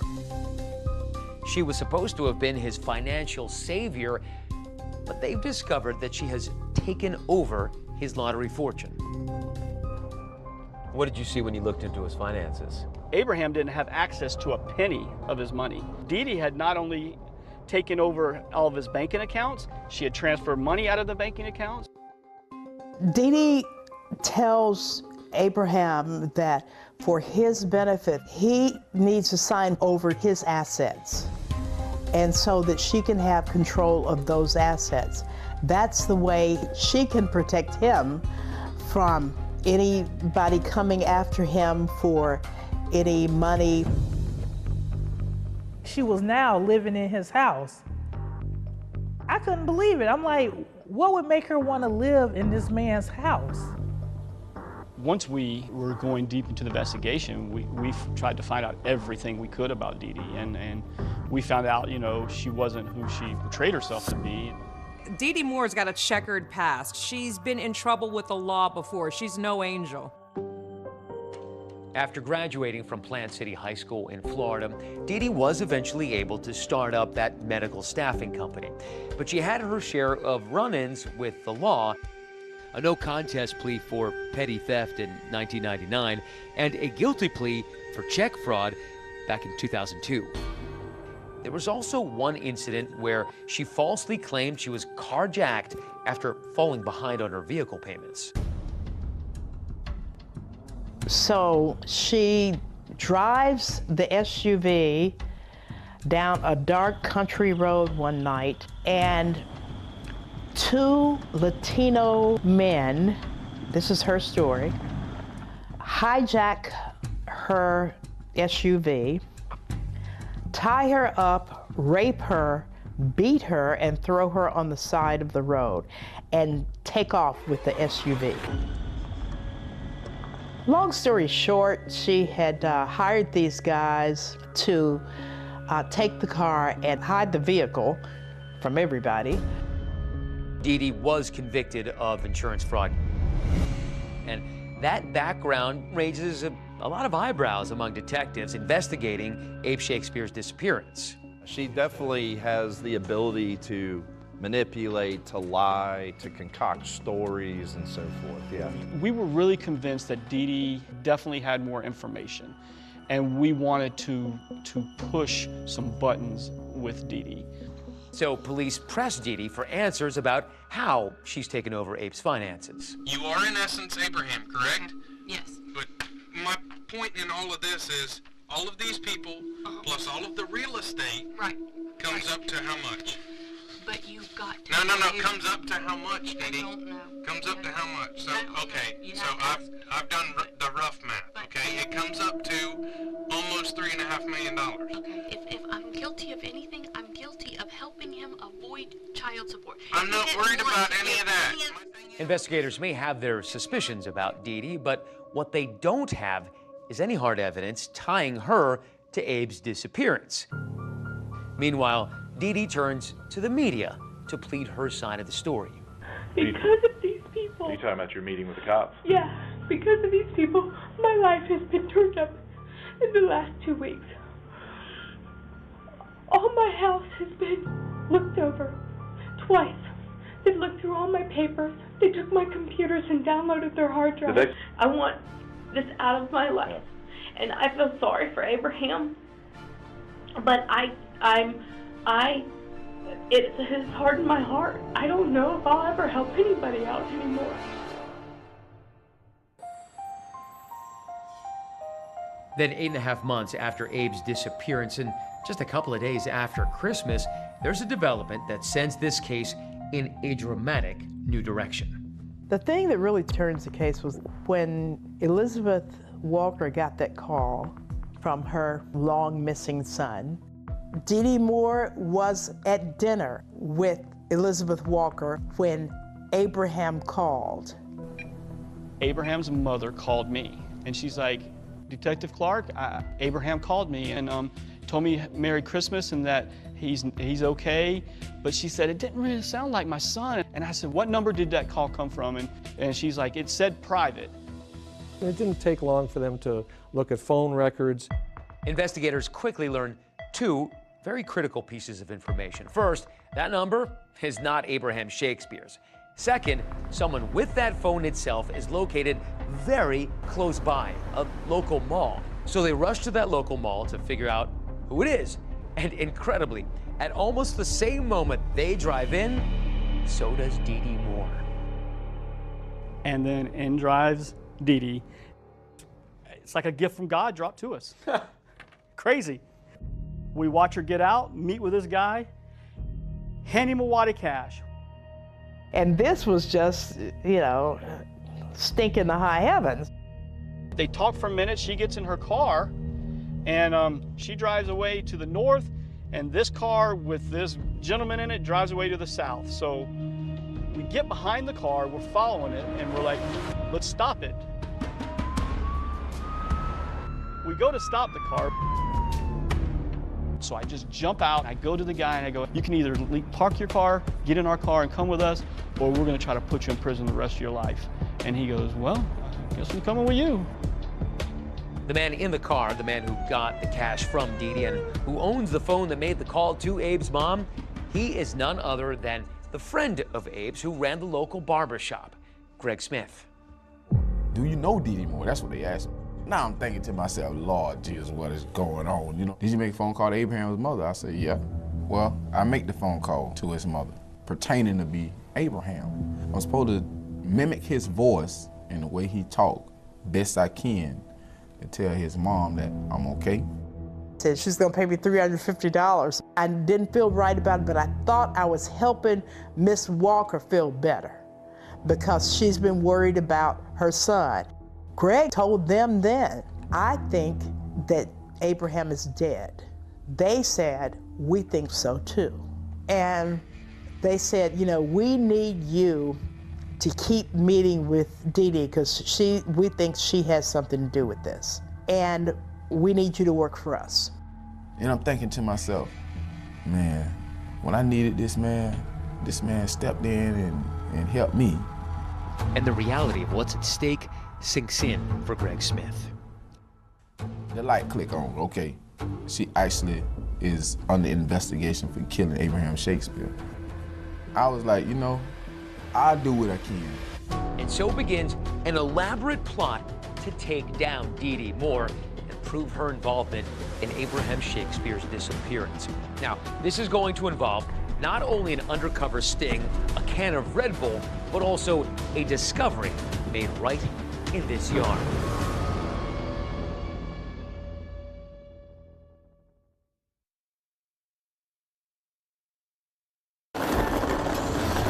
For Abraham Shakespeare, the good news is you've won the lottery. That's also the bad news. As of this time, we don't know the whereabouts of Abraham Shakespeare. Detectives are not only concerned that Abe Shakespeare might be missing, they're concerned he might be dead. We've got to talk to Dee Dee Moore because everybody is bringing her name up. Whatever story they had, everything just kept circling back. They're saying that I took a gun and killed another human being.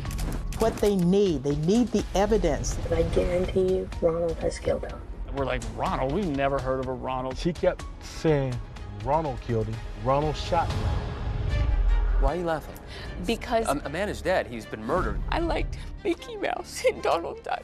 There are so many things that proves my innocence. Do you understand how listening to you is bewildering? Well, do you understand how listening to you is just, it sounds like a bunch of stupidity? Hello, Florida. It's Wednesday, November 15th. And here are tonight's winning numbers. Abraham Shakespeare won $31 million in the Florida lottery, going from rags to riches. But as happens to so many lottery winners, Abe is besieged by people asking him for some of that cash. I really would like my old life back where I could walk the streets like a normal person, but got people coming up asking for money. Everybody feels that's their opportunity to get paid. But then he suddenly disappears. But no one has seen Shakespeare, including his mother, who's beginning to think the lotto prize may have been a curse. Yeah, I'm just hoping to hear something. There is contact. Family and friends receive text messages from Abraham. In fact, his own mother gets a phone call from Abraham. I answered the phone. I said, hello? Upon further investigation, detectives learned that the voice was Greg Smith, the owner of the barbershop where Abraham would work. I was like, Mom, how you doing? This Abraham. Greg claims he faked that call at the request of a woman named Dee Dee Moore, who was helping Abe with his finances, and the police start investigating her. Despite running a legitimate business, Dee Dee Moore has a checkered past. She's been in trouble with the law before. Greg decides he does not want to go to jail, so he helps investigators with their case. And one way that he does it is by becoming a confidential informant. I didn't set a plan out to go catch her. I just told him I'd see what I could do. I'm getting ready to talk to Dee Dee. She's getting in the car now. When I interviewed Greg Smith back in 2012, he showed me how he secretly recorded conversations with her using something he called a catch can, which he invented himself. It's a Red Bull can. Look at that thing. I wouldn't figure out how it opens even. It actually separates in between. Oh yeah? Wow. That's brilliant. That's the Dee Dee Moore catch can. I worked undercover narcotics for 8 years, and I wouldn't have came up with this. Almost all of the meetings were in a car. Here it is sitting in front of her. She doesn't even know it's there. Well, they'll never know about you anyway. I'll never give you up. You know what I'm saying? Ever. Man, listen, I'm so deep in it with you right now. If you go down, I go down right now. Yeah. It was ingenious, but he even took it a step further. He would be smoking small cigars as they talked. So that she wouldn't get suspicious, he would make it a point to flick ashes on or into the can as they were talking. Pretty simple trick, but it worked good, and it gave us a good recording of the car. I just need some time to get freaking Abraham back. Dee Dee is recorded telling Greg that Abe is alive. After she had asked Greg to make that fake call to Abe's mom, Dee Dee now asks him to call someone else to continue spreading the news that Abe is okay. Should I say that he talked to his mom? Yeah. Yeah, see, that's gonna make him more convincing. But he told her if she tells anybody, he'll never call back. Okay. You make sure you say that. That sounds a little bit more convincing. Say that if she tells anybody, Abraham told her he would never call back. What's up, Dee Dee? Greg later reports back to her that the call went well. So you tell him, yeah, he's still living. I said, yeah, he's still living. I said, if anybody want to know if he's still living, yeah, he's still living. At one point, the investigation moves to a local hotel where Dee Dee Moore and Greg Smith meet. So Dee Dee and Greg go to the hotel to follow up that fake phone call with a fake letter? Yes, they did. These rooms is expensive. We're listening as they're in the hotel. That's not the same laptop you had, is it? You went and bought that today? Here comes a brand new laptop and a brand new printer. But she is very paranoid now about leaving any traces that can be taken back to her. So she's dressed in full hospital gown, gloves, face mask, hair, so that while she's typing, that none of her DNA gets on the paper or gets on the envelope or anything. She is determined. You will not find any Dee Dee Moore DNA here. Chocolate, I don't want you to show this letter to the cops. I just want you to tell them that it was me. They spent about 2 hours composing this letter to Abe's mother, with Greg offering suggestions to Dee Dee about how Abe would actually talk. And we're down there laughing because Greg's like, no, maybe you should say bro instead of brother. If I had to take this letter here, and I had to read this letter, and I had to understand this letter, the letter is convincing to me. It couldn't have came from you. How do you do it to anybody, but how do you do it to a 70-plus-year-old woman who hasn't seen her son in months? I mean, devious, manipulative, evil. He puts it in the mailbox, he leaves, I take the letter out of the mailbox and put it in evidence. Remember, those close to Abe knew that he could barely read or write. I mean, this is a copy of the letter. Yeah. And for a guy who, even though his name was Shakespeare, I mean, right. He didn't write. This is like Not. 6 or 7 pages. Exactly. I only wrote you just in case you really worried, just in case you can't keep this to yourself and you're really worried about me. Here's a Christmas present to you. The letter is more like a treatise about everything that Abraham would be trying to explain to his mother about why he went away and what hassle he went through once he got all the money, and how sometimes he wishes he didn't have all this money, but that he's doing okay and he's trying to stay away and get his life together. I mean, it went on and on and on for pages. But what Dee Dee Moore does next will remove all doubt Abraham Shakespeare is not okay at all. With a body, I can do a plea deal with him. What do you want? 50 grand.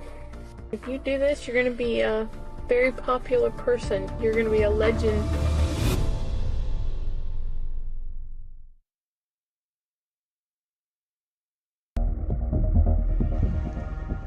By this point, all of the law enforcement officers' instincts are firing on code red. They feel that Dee Dee Moore knew what happened to Abraham Shakespeare. What they need the evidence. So at one point, you ask the sheriff to hold a press conference. As of this time, we don't know the whereabouts of Abraham Shakespeare. And at that point, the sheriff says, hey, we think that Abe Shakespeare may have been met with foul play. We suspect that he's met an untimely death. He also names Dee Dee Moore as a person of interest.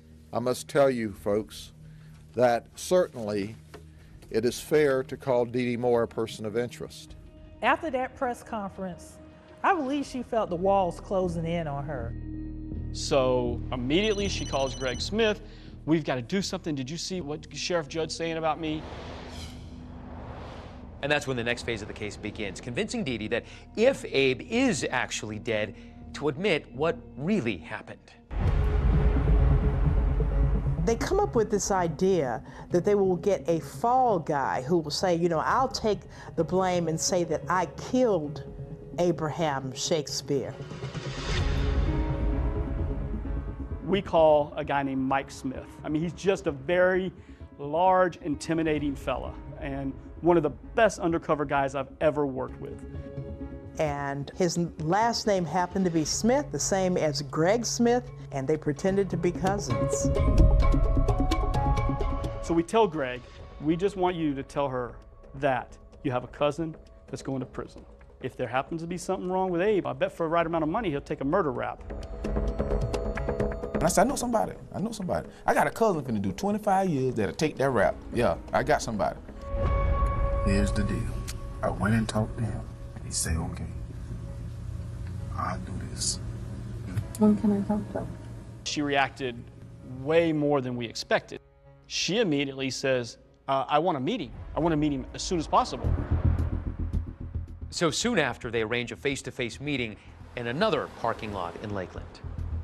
I pulled in right about this area here. Okay. And parked. She comes over, he jumps in the back seat, she jumps in the front.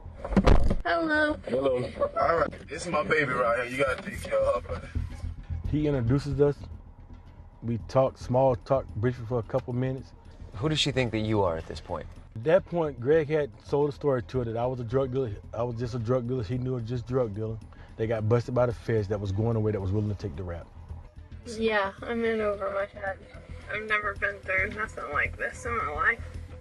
The meeting is taking place in a undercover vehicle that we had equipped with listening devices and recording devices. And what was Dee Dee's demeanor like in the car? Was she twitchy? Do you think she was all chipper, just normal. I believe the question was, why would you take the rap? Why would you do that, though, for me? I'm going anyhow. I'm going anyhow. Well, I can tell you, if you do this, you're going to be a very popular person. You're gonna be a legend, and probably on the Oprah show. When I told her, I said, I got busted by the feds, man. I'm finna go do 25 years. I need the money to leave to my baby mama so she can take care of my child. What do you want? 50 grand. Okay, can I do it in payments? Because I don't have that kind of cash. I'm gonna have to sell something. I'm gonna need 10 up front. Once I do this, make sure my boy get the money. Okay. But that's not enough. You feel like you need more out of her. I felt like I needed more out of her. I felt like we needed a body. Like I said, I'm gonna need a body. Probably can get a plea deal with them because they definitely gonna want the body. Okay. And then Mike tells her, wherever the body is, I want to move it because if I'm going to confess to this, I'm going to make it my own. And she brings up, there's a guy named Ronald, a drug dealer. If you take the rap, he is not going to show up. But I guarantee you, Ronald has killed him. I just know it. We're like, Ronald? We've never heard of a Ronald. And Ronald's the one he owed the money to? Yeah, they were doing a drug deal. No, I think Ronald killed him for the money Abraham had on him. Abraham had a ton of cash on him, like the tune of $800,000. This is a huge development. Whoever Ronald is, Dee Dee has just admitted for the first time that she knows that Abe is dead. That's the biggest moment of the case. That's where we know 100% he's dead. I mean, for us, couldn't have been a bigger moment than that right there. She kept saying, Ronald killed him. Ronald shot him. I said, well, where's the body, Dee Dee? You get with Ronald and ask him, Ronald can tell us body at. That way when I plea deal with, I can tell them the body is right here and they will dig him up. Okay. And they'll have a body. Okay. Get with Ronald, find we need to know. Okay. I'll back up my boy. Okay, I'll do it. All right. Thank you. All right. It was nice meeting you. The next morning, Dee Dee calls Greg and says, we need to meet and make it quick. Dee Dee wants Mike Smith to be able to confess as soon as possible so that the investigators will stop looking at her. I think that they're watching all the properties and all the friends' properties I have. He goes and meets Dee Dee, and Dee Dee hands him a towel. There's something wrapped in the towel, and she tells him, this is the gun that was used to kill Abraham. We're gonna grind then we put his handprints on it, and we'll put it somewhere. So she handed over her gun to you. Exactly. She trusted you that much that she handed you the murder weapon. Exactly. She asked him to meet him back at the same spot later in the night. She would show him exactly where the body was. This is the perfect time. Plant City. We'll call me in Plant City. Yeah. All right. We set it up for her to take me to the body now. Just like I figured, the body's still on that property. We're moving the body tonight. Dee Dee thinks that once Greg and his cousin dig up the body, she's going to be home free. But she has no idea what is actually about to happen next.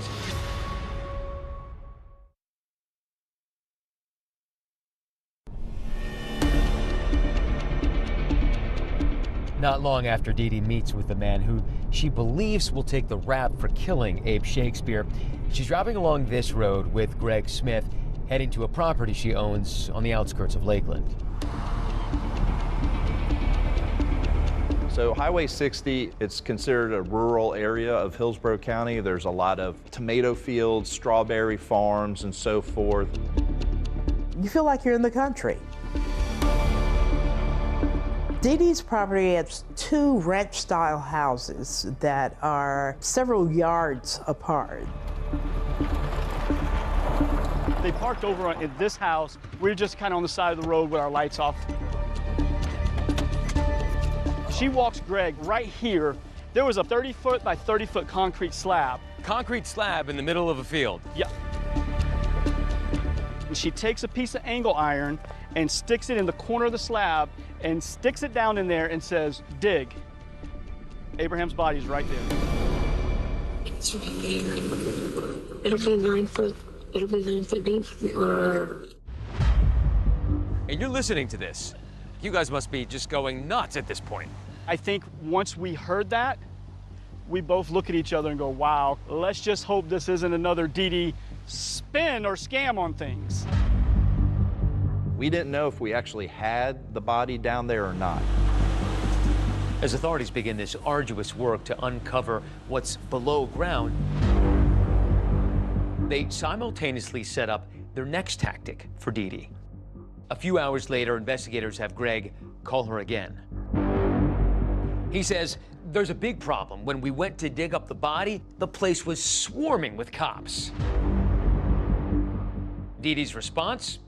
Meet me at the mall. Greg and Dee Dee then meet when all of a sudden, boom, the cops pull up. They jump out and they bust Greg. I'm sure she's thinking that we're arresting Greg for the murder of Abraham. So she's composed and says she wants to come back and talk to us and let us know some things.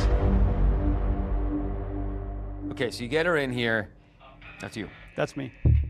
Okay, who is this guy? Gregory Smith. Gregory Smith. That's who I know him as. Okay. Abraham introduced me to him. She first says, hey, I'm glad y'all got that guy, Greg. I think that he's done something to Abraham. Find out what he knows, because he knows where Abraham's at. And so I let her go on for a few minutes, and I said, look, Dee Dee, I got some bad news for you. I think you know where I'm going with this, Dee Dee. The gig is up. Okay? The gig is up.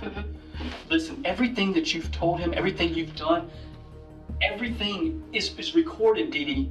Everything is recorded. Finally, you see her demeanor change. She rests her head on her hand. We talk to him 10 times a day. We know every move you made. We know everything. Dee Dee Moore is caught pretty much red-handed. I want a deal, and I won't give you the person's name. Dee Dee at various times blamed everybody under the sun for killing Abraham. He gave me the name of the person that did it. And here she goes into the whole Ronald, some random drug dealing guy.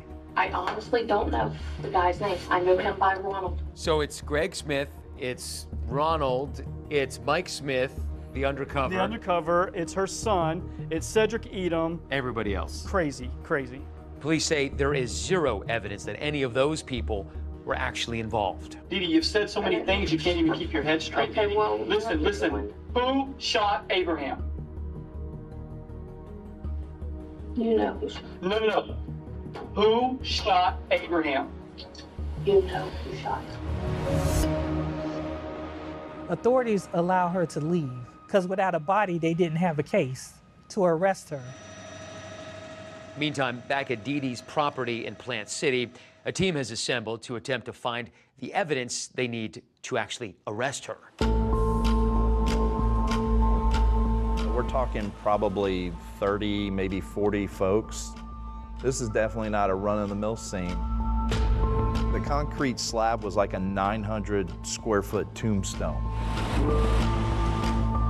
We've got a 30 by 30, 9-inch thick concrete slab that we've got to bust up.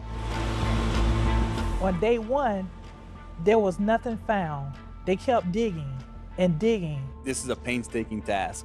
This is 2 inches at a time, sifting through everything. This was almost an archaeological dig here. It was. I mean, every quadrant, everything, just so we didn't miss anything. And at a point, once we hit about 9 feet, we started to uncover what appeared to be human remains. You were able to look at this corpse and you knew it was Abraham. You didn't need I DNA? didn't need fingerprints, I didn't need DNA. I mean, of course we did that, but I looked and there's Abraham. Investigators from Polk and Hillsborough counties announced a discovery tonight. We have recovered human remains.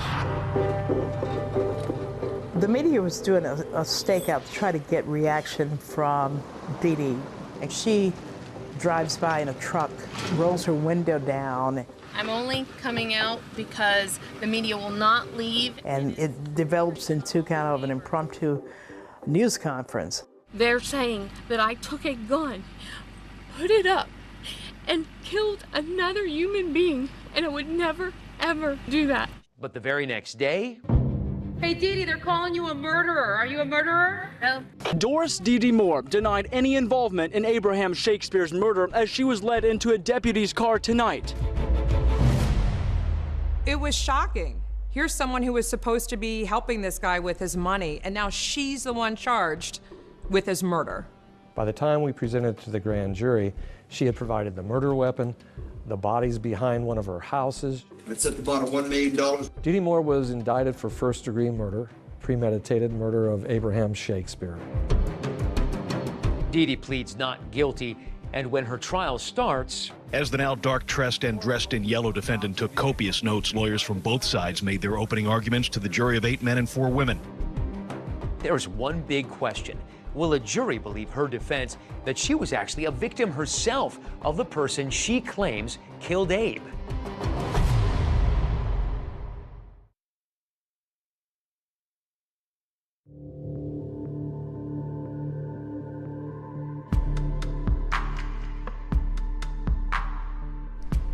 Six years after Abraham Shakespeare won the Florida lottery, 3.5 years after he disappeared, the murder trial of Dee Dee Moore is set to begin in this courthouse in Tampa.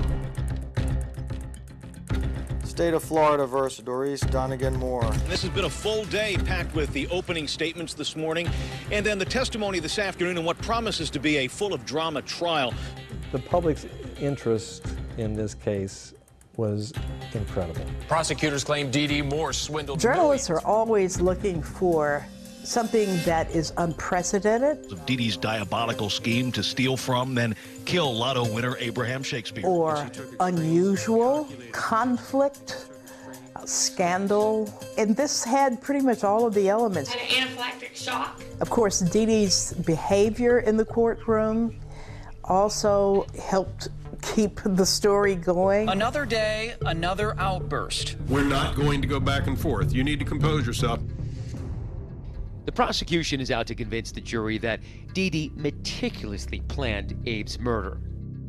She conducted a sophisticated campaign to conceal his death by making up stories, by sending text messages. It don't matter. Prosecutors show the jury video that Dee Dee took of Abraham in the mansion, and it's really the last piece of video of Abraham alive. Are you gonna miss your home? Yep, I miss it, but life goes on. She's setting up her alibi. She was setting up her story. She knew that Abraham was confronting her about the lack of funds and the ability to access his money and so forth. And it came to a point where, in Dee Dee's mind, she's going to have to do something about this. Prosecutors believe right after that recording, Dee Dee and Abe traveled to her home in rural Plant City, Florida. And it's there that prosecutors say she shoots him and leaves him until the next day. The body's on property she owns. The murder happened in her house and with her gun. She admitted she bought the lime that was poured over the body of Abraham Shakespeare. Prosecutors show video in court of Dee Dee going to Walmart to buy cleaning supplies. She was purchasing bleach and like latex gloves and I think some shovels to help Mike Smith and Greg Smith dig this body out by hand and dispose of it. Although Dee Dee has never faced formal charges alleging she stole Abe's money, prosecutors say it was greed that motivated her to kill him.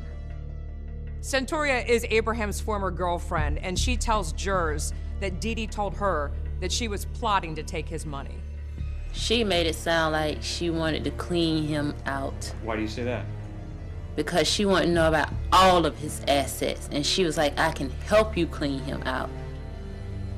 It was just a level of disgust to just know that this is what such a caring and giving person endured. But the prosecutor's star witness is Greg Smith, who takes the stand to deliver some of the most compelling and devastating testimony at the trial so far. Greg Smith had been recruited by the sheriff's detectives to become her confidant, and the courtroom was just spellbound by his testimony. I'm grown and don't have to come back. When Greg Smith read the letter that Dee Dee Moore had composed in the motel room. Jurors were on the edge of their seat. I've been through a lot, Mom. You know it. You should understand more than anyone. I just need time. The prosecution also asks Greg Smith about that supposed drug dealer who Dee Dee claimed was the one who actually murdered Abe.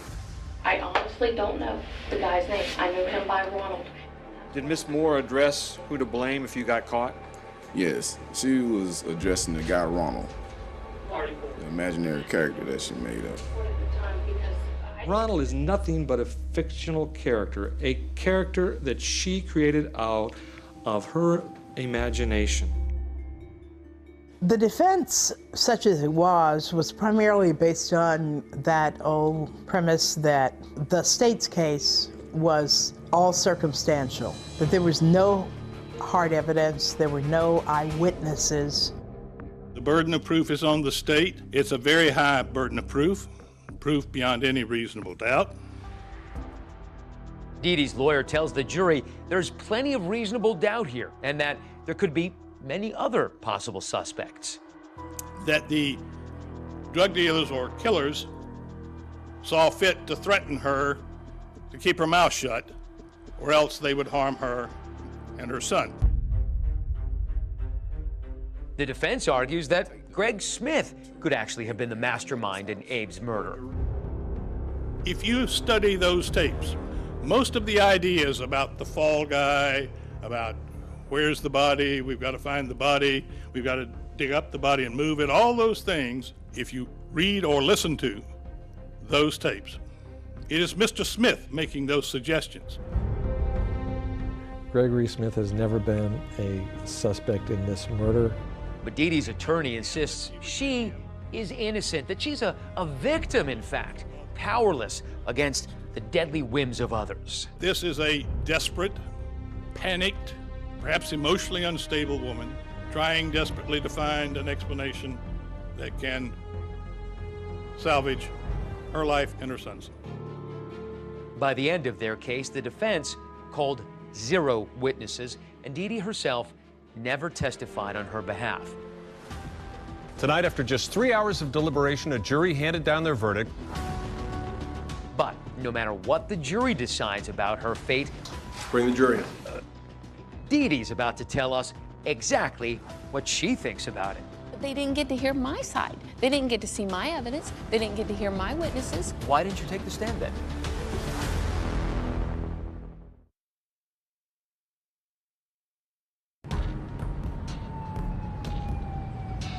After almost 2 weeks of this roller coaster murder trial, it's now up to the jury to decide Dee Dee's fate. Bring the jury in. Tonight, after just 3 hours of deliberation, a jury handed down their verdict. Juries do unpredictable things at times. Is that indeed the jury's verdict? It was probably 7 o'clock at night. A storm was coming in. Right as they read guilty on the first count, The defendant is guilty of first-degree murder. a clap of lightning happens outside and just kind of lights up the courtroom. It was kind of like, yeah, it was wild. Abraham Shakespeare was your prey and your victim. Money was the root of the evil that you brought to Abraham. The judge made a brief statement about how heinous her crime was and that he would be sentencing her to life in a Florida state prison without the possibility of parole. I felt like he did get justice because even though his life was cut short, her life is just going to be long and miserable. I won't forgive her. I don't forgive, and I never will.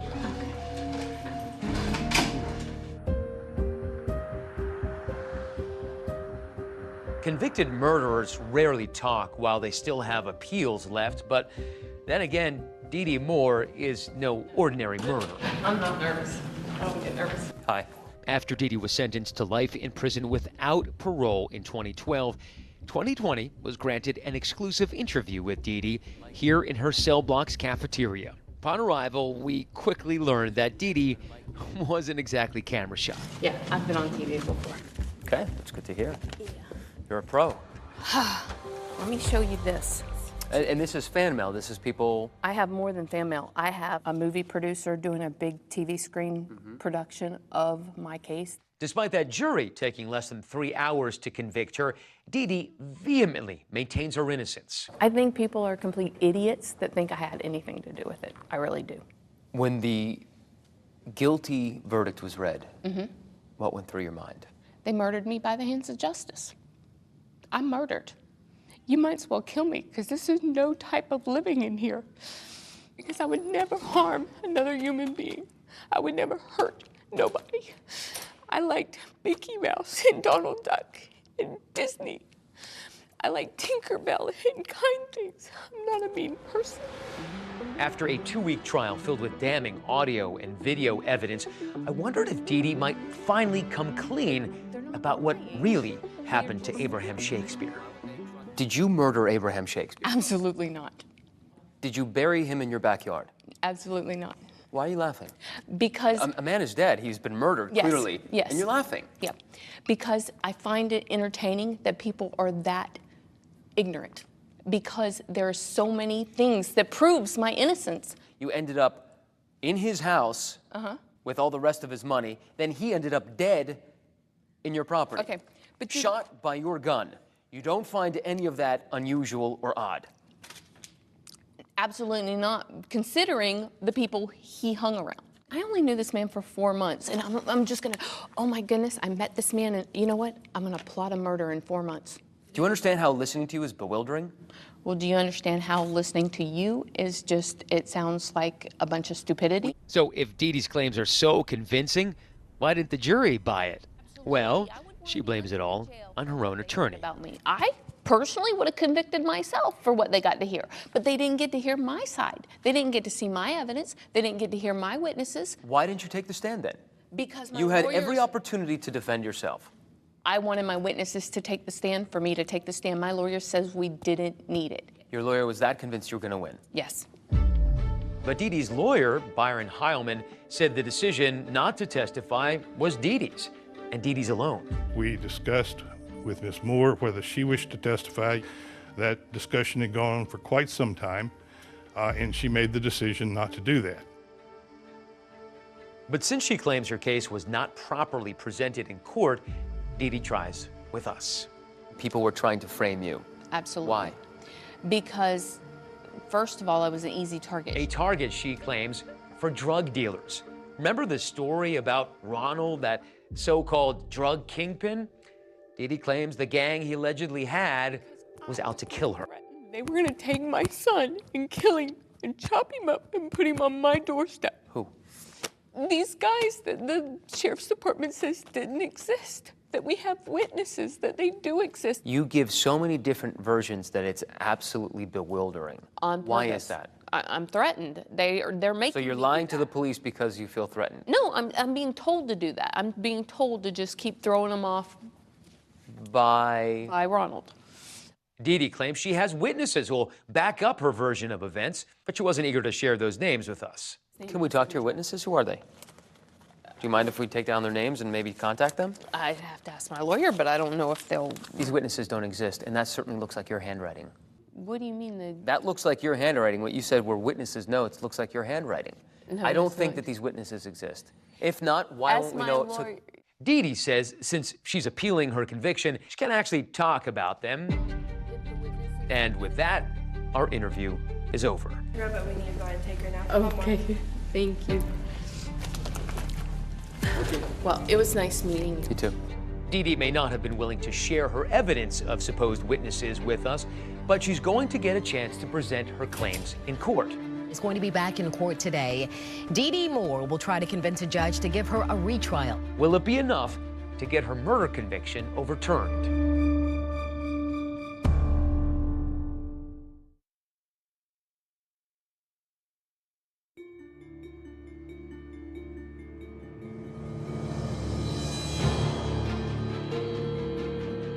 After years of filing motions to appeal her conviction, in July of 2023, Dee Dee finally gets another day in court. Dee Dee Moore is back in a Tampa courtroom demanding a new trial. Dee Dee tells the judge that she was framed by investigators who were paid off by those drug dealers that she alleged were doing business with Abraham Shakespeare. They're being paid under the table because cocaine dealers can afford a lot. The investigators denied Dee Dee's allegations. I have never heard of anything of this corrupt drug network involving Abraham Shakespeare or corruption within either of our departments. It's absurd. That's the stupidest thing I've ever heard. The judge denied Dee Dee's request for a new trial. But that wasn't the last time we heard from Dee Dee. More than 12 years after we first talked in Florida, we spoke to Dee Dee again on a call for prison. Tell me, how are you? I'm fine. I've been working on my case and I've got my appeals out, so I'm waiting patiently. How long have you been incarcerated in jail and in prison at this point? 14 years. You still do not admit that you murdered Abe Shakespeare? Absolutely not, I didn't. 14 years is a lot of time to think. Do you ever go back and think about Abe, about Abraham Shakespeare? Absolutely. Yeah. It was wrong. There was no reason for him to pass away over money. But for them to lie in public and say that it took his money, the whole situation was so stupid. You murdered him and you've taken zero responsibility. And you're saying, like, in past tense, that it's so sad he had to pass away. Abraham Shakespeare did not pass away. Abraham Shakespeare was shot at close range. Everything they said in jury trials was not true. I thought that you might, Remorse? more than a decade after our interview, have some remorse, some reflection about what had happened. That maybe there was a little bit of softness in your heart about Abraham and about your responsibility here. There is plenty of softness in my heart. She is still as adamant as she ever was that she was framed, that Abraham Shakespeare was murdered by someone else. She denies taking Abe's money. She denies doing anything wrong. Abraham Shakespeare not only lost his fortune and his life, he lost the chance to see his children grow up. Everyone, thank you for coming. The funeral was very emotional. It was a celebration of his life, but it was also very sad to learn that he was killed for his money. Was just something that everybody could not understand. He was a kind-hearted person who genuinely wanted to help people. He helped tons of people in this city. He kept people from going into foreclosure. He paid light bills, phone bills. He honestly did that. Imagine just spending your last $4, which is what Abraham Shakespeare did on those lottery tickets, putting your last money on a far-fetched dream. Abraham did a lot of good with some of his winnings. The favor wasn't returned to him. He was a wonderful man. Yeah. He will be sorely missed. I'll never forget, after they found him, I remember having a dream. And I remember in the dream telling Abraham, oh good, you can come with me now. And he kept saying, no, you'll be okay. That was enough for me to believe that I'll be okay. I really miss him today. I really just need to hear his voice today. I just want him, like, bring him back.